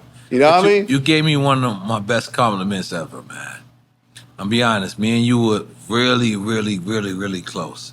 And by the way, I still feel like we were really close. I feel like we didn't miss nothing. Right. Like me personally. Personally. Because we weren't actively beefing with each other. We didn't got nothing to beef about. Yeah, you said a few things. But you said to me one day, you said to me, yo, what y'all doing, you did more than a magazine did in 5 years, in 1 year. And that was one of the most best compliments I ever had. I don't want to say who, because I don't know if you have a relationship. But I was like, oh, shit. And then what happened was, this is what I think happened. And you correct me if I'm wrong. Mm-hmm. Me and you had CBS. And then Vlad said, yo, hook me up with CBS. Right. And I said, yo, EFN has a relationship because, and I said this because I didn't want to have a relationship with anybody at CBS because I wanted. Yeah, he didn't even want to sign the contract. I had to go in there. They're looking at me so crazy. I was like, but I had to sign it. In my opinion, just hear me out. In my opinion, he's looking like, you're my friend. Why are you sending me to EFN? Hear me out. Why are you sending me to EFN? And what I'm trying to tell you is, Vlad, I'm on a robbery mission. But I can't say it because I'm like, yo, just let EFN, because EFN is dealing, right, with CBS. Yeah. We did that deal through Crazy Hood. Yeah, through Crazy Hood. I got nothing kind of to deal with it. But Vlad is my friend. So he's like... Well, but just to be clear, not because I wanted to, because you didn't want to get involved. Yes. And I had tax problems, sir. Okay. I'm just saying. Because people are going to be like, damn. So I couldn't technically be on paper. I had to let... Right. I don't know. I mean, you didn't have to explain it. We just we did what we did. So when Vlad hit me, and I was like, damn... can you go through EFN? He's like, yo, you my friend. Right? I could tell. And he was like, yo, you my friend. Why would I go through EFN? And I was just like, I couldn't explain to you at the time, like, I'm going through tax problems, I'm going through all this, and EFN is running the ship. So you probably thought, my man, who... Yeah, no, I remember this whole incident. Yeah, and listen, I have OCD, so I get overly focused on shit that I need to just let go sometimes. Right. So I get overly focused on one particular thing, thinking this might potentially be a business opportunity, and I sometimes overdo it with people and come on too heavy. And he followed up with me, but that kind of came and went. Really, it was the argument over me drinking on Drink Champs that escalated. Yeah, that was the last part. That was the last part. That was the last part. Because me and you became cool after that. We got over that, and then I asked you. I was like, "Yo, Vlad, come on." He was like, "But do we really got to drink?" And I was like, "Vlad, come on, man. You okay?" Like, just so you know, Vlad, man, I'm gonna be honest, and we'll address everything else, but we appreciate what you bring to the game, what you brung to the game, how you added on to the game. And I understand that there's a lot of people who, okay, you addressed it earlier, because you're white, so people think, oh, you didn't add on to the culture. No, that's a certain sector of people. Right. Drink Champs is not that. I know that. I've always known that. Look, I don't know if you know, we didn't set this up, but there's every nationality here. We are the United Nations. And let me tell you something, Vlad.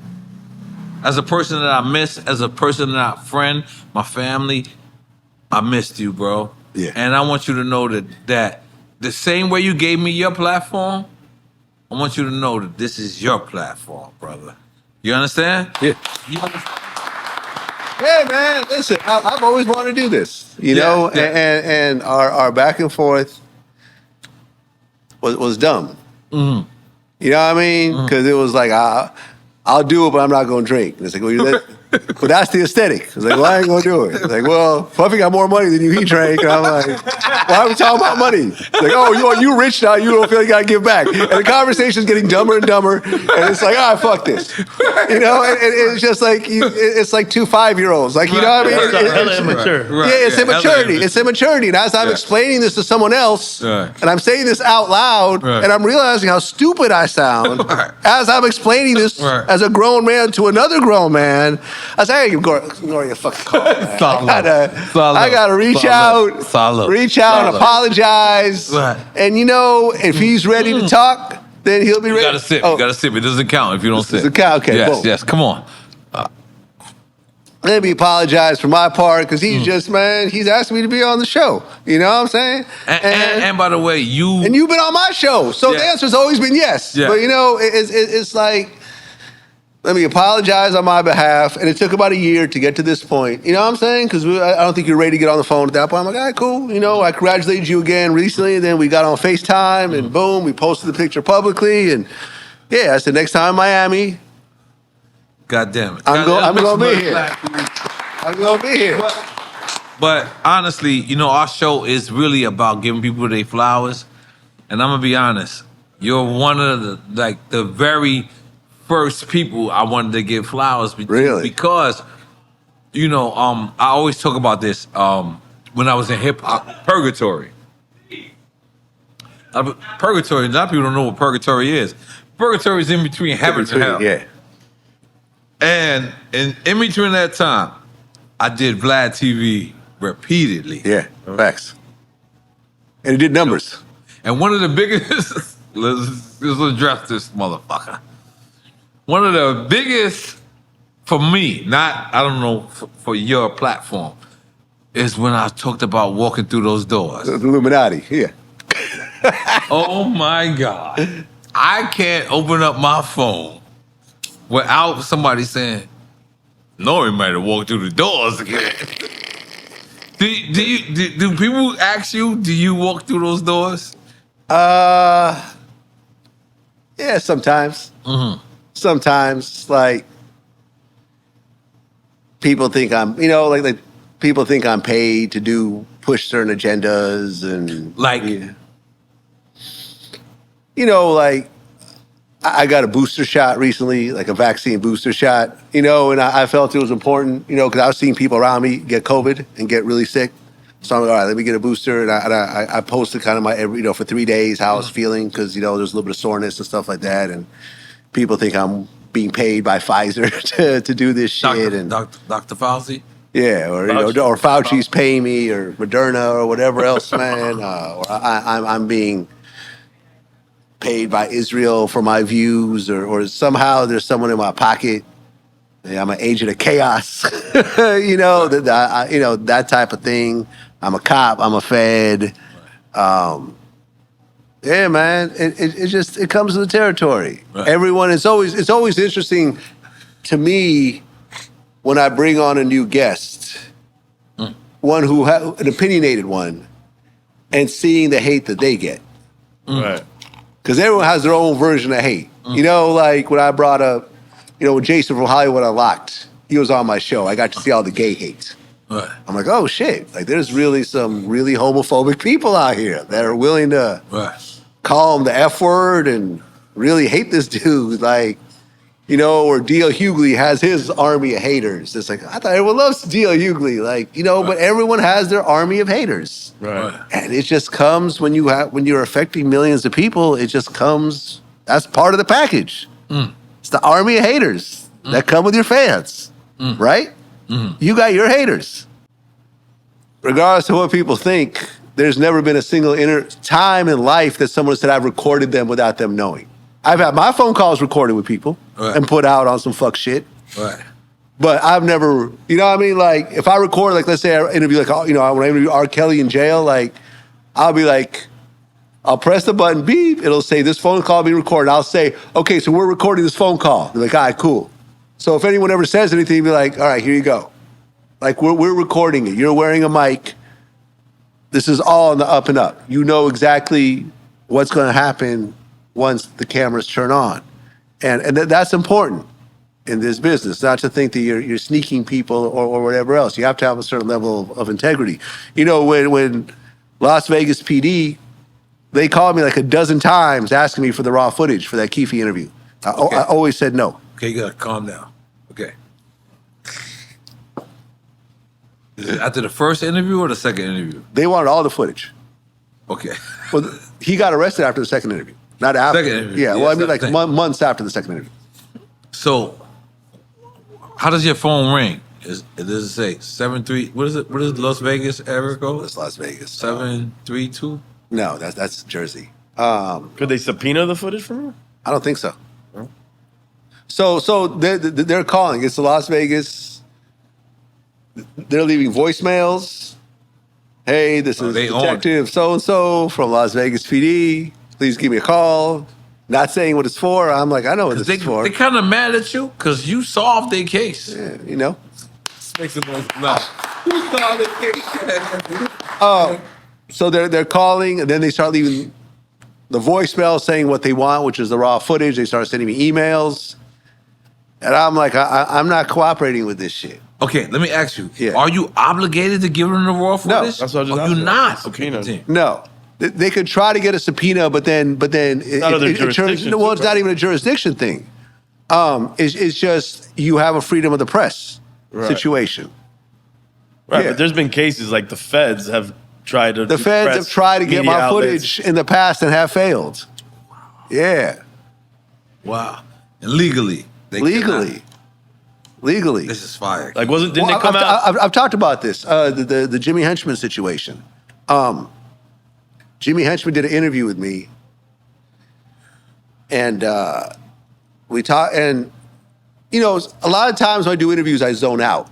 I'm thinking about the next question. I'm not carefully paying attention to every detail because I'm thinking about what I'm going to ask next because it's all real time when it's happening. Especially someone over a jail phone, which you have a limited situation with. So we talk about, you know, he briefly touches on his case. We talk about the Tupac allegations, whatever. And he explains to me how he's about to have an appeal trial. you know, because he's triple lifer or something like that. Next day, you know, so we put it out. Next day he calls me. He's like, "Hey, my lawyer asked me to take it down." I'm like, "All right, cool, I got you." Because his lawyer seen the actual interview? Okay. Yeah. He's seen the interview. Well, he listened to it because it's audio, right? Okay. He says to take it down. So I take it down. So it's over. Or so I think. Oh, shit. So then, like 6 months later or something, I get a call from the Justice Department. It was like, "Yo, we need this footage." I'm like, "Nah, you can't have this footage." "Well, you'd already put it out, so we have the right to have it." Like, "Well, I'm not giving it to you." "Well, we're going to put you on the stand." "Well, then you'll have to speak to my lawyer then." Then Wait, this conversation is now over. If you pulled it off, they didn't have no evidence of that footage? Well, when it comes to evidence, you kind of have to get the originals. Right, you have to get it from the source. Right? Wow. Because you could tamper shit. You could play partial shit. You know what I mean? Like, you have to have... Shit could be edited, shit could be cut. You could play a small part of something and make it look a certain type of way, but you have to submit the whole thing as evidence, so when it gets played to the jury, they can hear the whole thing. You know? But didn't the Twitter files expose that the feds had a deal with Facebook to get access to stuff? I don't know about all that. All I can speak about is what I know. This is what I know. This is what I know. This is my story. So this is the only thing I can really tell.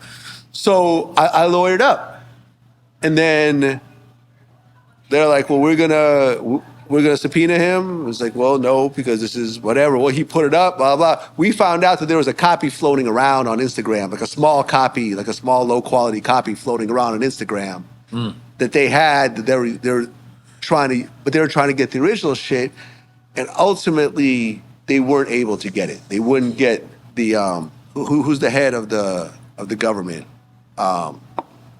The head district attorney in the federal government has to sign off on shit like this, and he wouldn't sign off on it.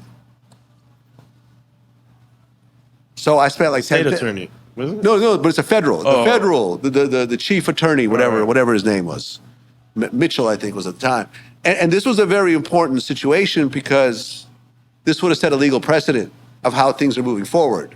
Because then it's like, if people push it up and take it down, they can legally, "Oh, well, look at this Vlad TV case. Now we could, whatever you ever put up, even for 1 second, we could seize it." Right. Because if you keep it to yourself, you're allowed to protect your sources as a media outlet. This is very important. This is some of the what American society is built on in terms of freedom of the press. You know, you've been to places like Dubai. Yeah. You can't say fuck the government in Dubai. No, you cannot. They'll lock you the fuck up for 5 years. On your Instagram. On your Instagram. Yeah. No, seriously. Yeah, seriously. You will get 5 years. I'm putting this number out there, but I'm sure it's somewhere near there. It might be more. It might be 10 years. My friend, he got sentenced to life. For what? Cocaine. Right, well. I mean, I didn't want to go there. Yeah. Go ahead. But what's his name? Fredo, the UK rapper, just got 5 years for marijuana. Even though he had a marijuana card in the UK or whatever else. Dubai said, "We don't give a fuck about that marijuana card. There ain't no marijuana here." That's right. You can't get a card for that shit here. 5 years. Let's take a shot. Yeah. We a shot. You know what I'm saying? So. Damn, why my shot is way more bigger than yours? That has to be your ice. It's the ice. It's the ice factor. Bro. You water it down. Yeah, that's the ice. You water it now down. it's the ice. You gotta relax. Look, now.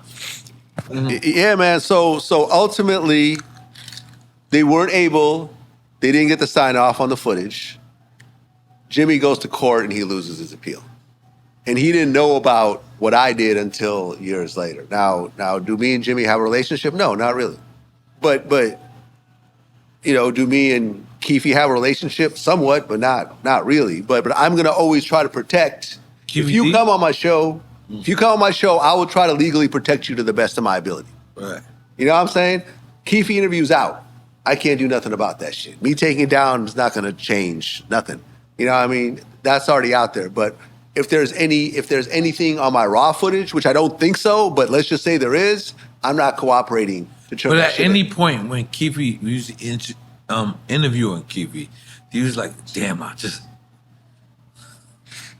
Well, I just. It wasn't really that. It was like once you put that book out there, it just is what it is at this point. But the book, I wasn't trying to put Keefe in prison. I wasn't trying to help Las Vegas PD solve their case. I was trying to tell the story because I remember hearing about Orlando Anderson around 2007.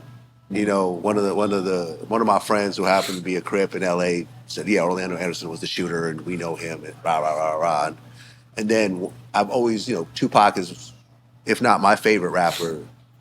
No, it's my favorite rapper. Let me just not even bullshit. Let's throw that out there. Yeah, Tupac is my favorite. So you wanted to solve the murder. Tupac is my favorite rapper, and I wanted to put the real story out there. Tupac is not living in Cuba.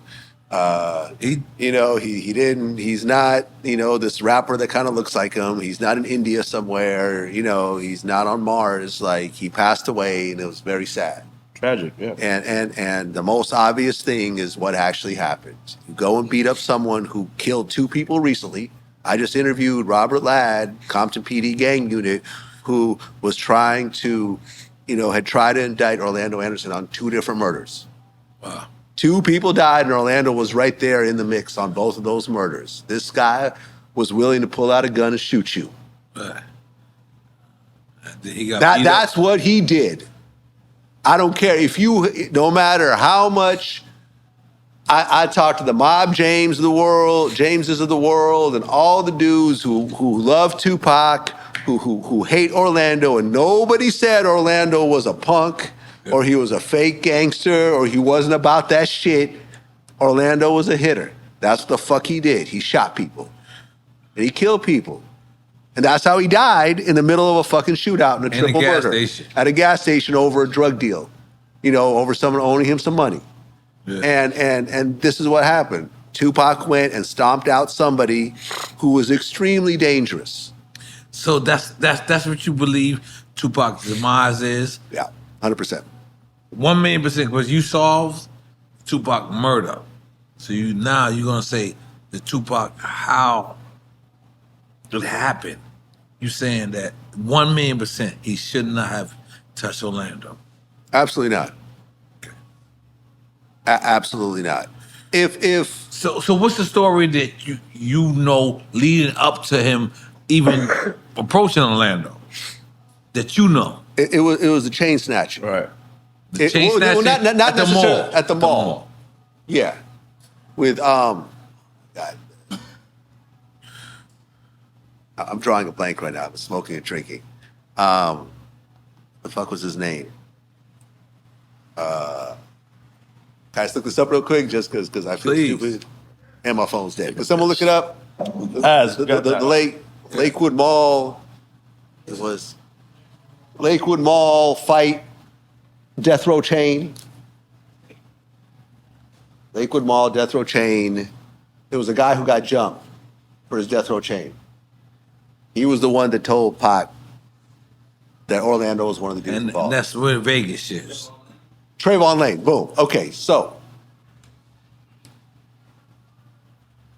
during the whole, you know, bad boy death row beef,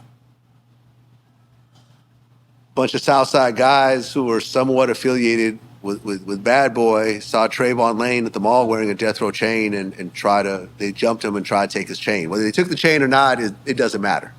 Okay, so we're saying these are Crips.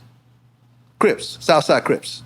Bunch of Southside Crips jump on Trayvon Lane, who's a mob Pyru, who's down with death row. It's part of the death row. This is the 1,000,000%. This is what happens. I know Trayvon. Okay. We'll eventually do an interview. Okay. Me and him have been talking for like 5 years. Mm-hmm. You know, eventually he'll do it. Continue. Probably. He got, you know, he claimed the chain was a snatch. Doesn't matter. He got jumped. Bunch of dudes tried to jump on him and take his death row chain. So after the Mike Tyson fight, Trayvon, Tupac, Suge, Buntry, rest in peace, and some other Bloods like Neckbone and so forth are all in the MGM lobby, and Trayvon looks over and says, "That's one of the dudes that jumped me." And Tupac instantly makes a beeline by himself to him. That's why you see him walking by himself. With the Versace shirt on. Yeah. makes a beeline right to Orlando, punches What's him. a beeline? I don't know what that means. I mean, he walks straight at him. Okay. By himself. Okay, continue. Even though he got a group of big monsters with him. Right. He ran straight at Trayvon. And he went straight. Tupac went straight at Orlando Anderson, punched him, and then everyone else followed him, and then they started to kick him while he was down. And this footage is publicly released, so we've all seen this a million times. And then started the retaliation process. Right. So, you see this footage. You know this footage. We all know this footage. Yeah. What the fuck makes you say, Keefy D? I know we covered that earlier. The fuck makes you say, I want to revisit this? He's the only living person in the car. After you read the book? Yeah. Well, after the Greg Kading audio footage comes out, he's talking about it. Police. The other 3 people are dead. Okay. Orlando gets killed in the parking lot, triple murder shootout. Big Dre, the big guy, the fat dude, fat. has health complications and just dies of being in bad health. There's one other guy. He gets killed in a random shootout in Chief Keef's weed shop in L.A. Did you somewhere. say what? Chief Keef what? Chief Keef had a dispensary in L.A. Oh, Chicago? Chief Keef from Chicago, who's living in L.A. Chief Keef doesn't go to Chicago anymore, if you notice. He left Chicago and never came back. He's been living in Calabasas in the L.A. area ever since. So he starts a dispensary. Now he's working there at the counter. It just happens to be a dispensary that he owns, partially owns, or owns completely, or they licenses like this, or who the fuck knows. But it's a dispensary associated with Chief Keef. A shootout happens, and the third person dies. Nothing to do with Tupac or Orlando or anything like that. It's just a random, wrong place, wrong time situation. So Keefe is the last person that's actually alive that could tell the story from a first-person point of view. No, okay. Hello. Oh. Yeah. Doing an interview is fantastic. I'll see you later.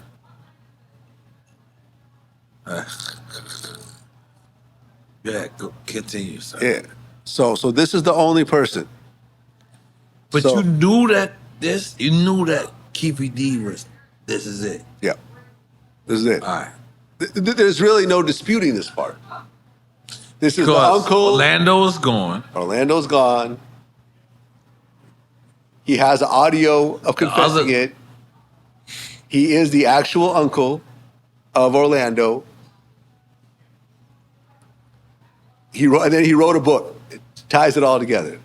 Like you'd be very hard pressed to try to say. But I gotta be a devil advocate because the book was out and they didn't give a fuck.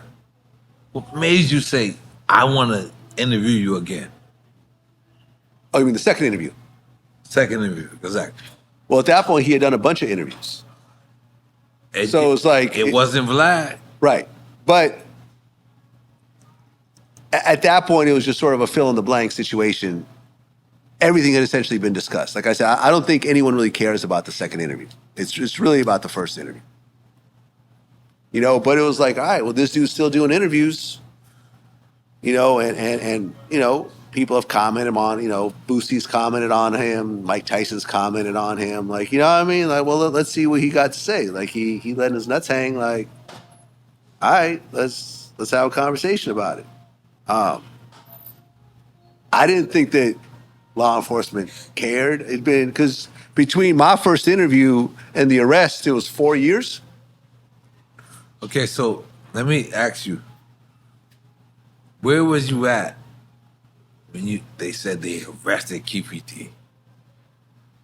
And did you feel, it's 2-part questions. One, where you was at, and then 2, did you feel like, oh, I finally... No. Okay. Nah. I didn't even, like... Now, you gotta understand, like, he got arrested, I'm like... I didn't really think much of it. I almost thought, like, okay, well, this is just a horse and pony show. They're gonna get him to sign a plea deal and give him a time served, and they can say that, say that he was part of it. They solved the case. He's going to go on, and he's an old man. He's 62 years old. They just want to close the case on the books and call it a day. And it didn't, because the point wasn't for him to be arrested. It wasn't my point to. I didn't talk to Las Vegas PD or LAPD. I'm still not talking to them, so I wouldn't be talking to them then. And I didn't realize how big it is until people like Pierce Morgan started reaching out to me and wanted me to do interviews on their plane. He's the biggest interviewer of Europe, and then NBC News, and it was just all these people wanted to speak to me about that when I started understanding the gravity of what was happening. But it's just one of those. I mean, I interviewed Tupac's rape accuser, Ayanna Jackson. And, that was the first time she's ever been on video. So, it's not like I'm a Tupac super fan and I'm just going to advocate, and bury everything else.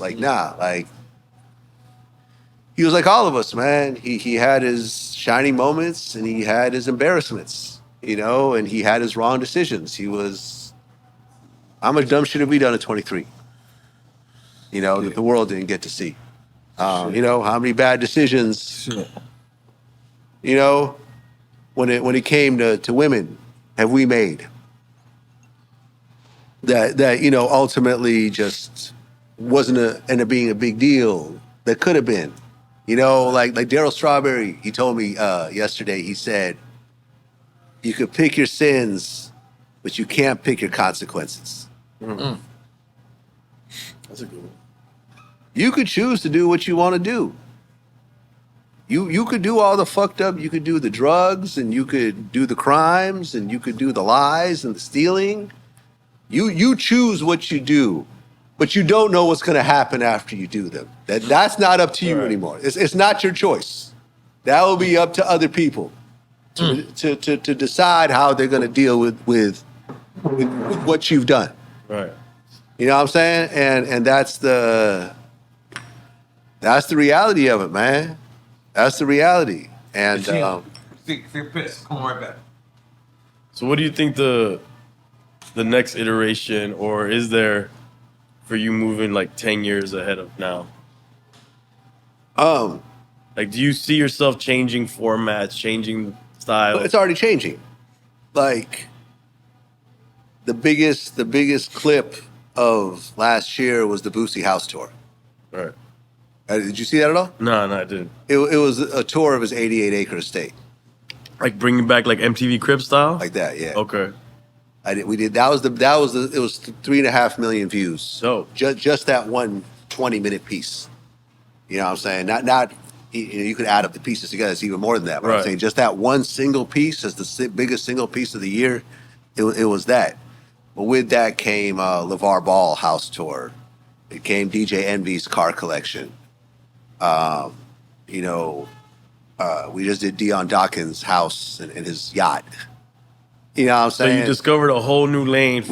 I just did one of my favorite barbecue spots. Right. Bloodsoul's Barbecue. Where I got to go and actually get on camera and I'm like a lifetime foodie, so I actually get to And it seems like you can't do no wrong in this lane that you're describing right now. Well, I mean, you could always have shit that doesn't react. I mean in terms of people criticizing the content. Yeah, but it's not about the criticism, man. Right. It's not about. I don't do it for that. I know, for example, I do a lot of, I've always been a big proponent of stock investing, right? So when I put out clips, I had a Vlad stock series, a 9 or 10 part series where I break down stock investing and I talk about different, just the different things that I've used in terms of what I've found to be successful and so forth. And all through the comments, yo, man, we love you. Yo, more content like this. You're the best. This is transformative. I can create videos that all they have is positive comments. Right. It's so easy to do.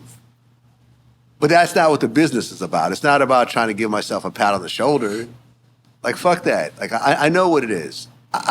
if a video has 90% negative comments, that's fine, as long as what we're doing is important. You know what I mean? Is in terms of what the strength of the content. You think people want to hear? You think all the Tupac fans, and there's a lot of them, you think they want to hear about Ayanna Jackson talking about how, she came to see Tupac and ended up having sex with 2 other dudes, and she was never with that, and you know what I mean? And things went very left, and Tupac was like, get this bitch out my face, and you know what I'm saying? Like Tupac fans don't want to hear this shit. I know it's going to be like a bunch of negative shit, but this is an important story. And that's why, like, we are changing. I was saying about how the biggest clip was the Boosie house tour. That was the biggest clip of last year. And we're doing house shit, we're doing car shit, we're doing restaurant shit. I was actually supposed to Trick Daddy's restaurant, but then he didn't show up at the restaurant, so we just didn't want to do the restaurant without him. So yeah. I mean, what we're doing Sundays. Sundays, exactly. We ate there with the fried ribs. Right. But I like, love it. I would love to be like the Robert Leach, of 2000. You get the good Audemars on. Boy, look, offshore. You're a watch guy. I see, you got the Richard Mille. I got a couple. You got a few Audemars. You got the AP. The Patek. You got the Patek on. I got every. We got a nice, watch collection. And we taking the picture. You build them up. Build them up. I had to wear something nice. Yes. For Drink Champs. I had to show out. Well, salute, motherfucking. I had to look Vlad, nice. motherfucking TV. Make some fucking noise. Hold on. No more shot, Jamie.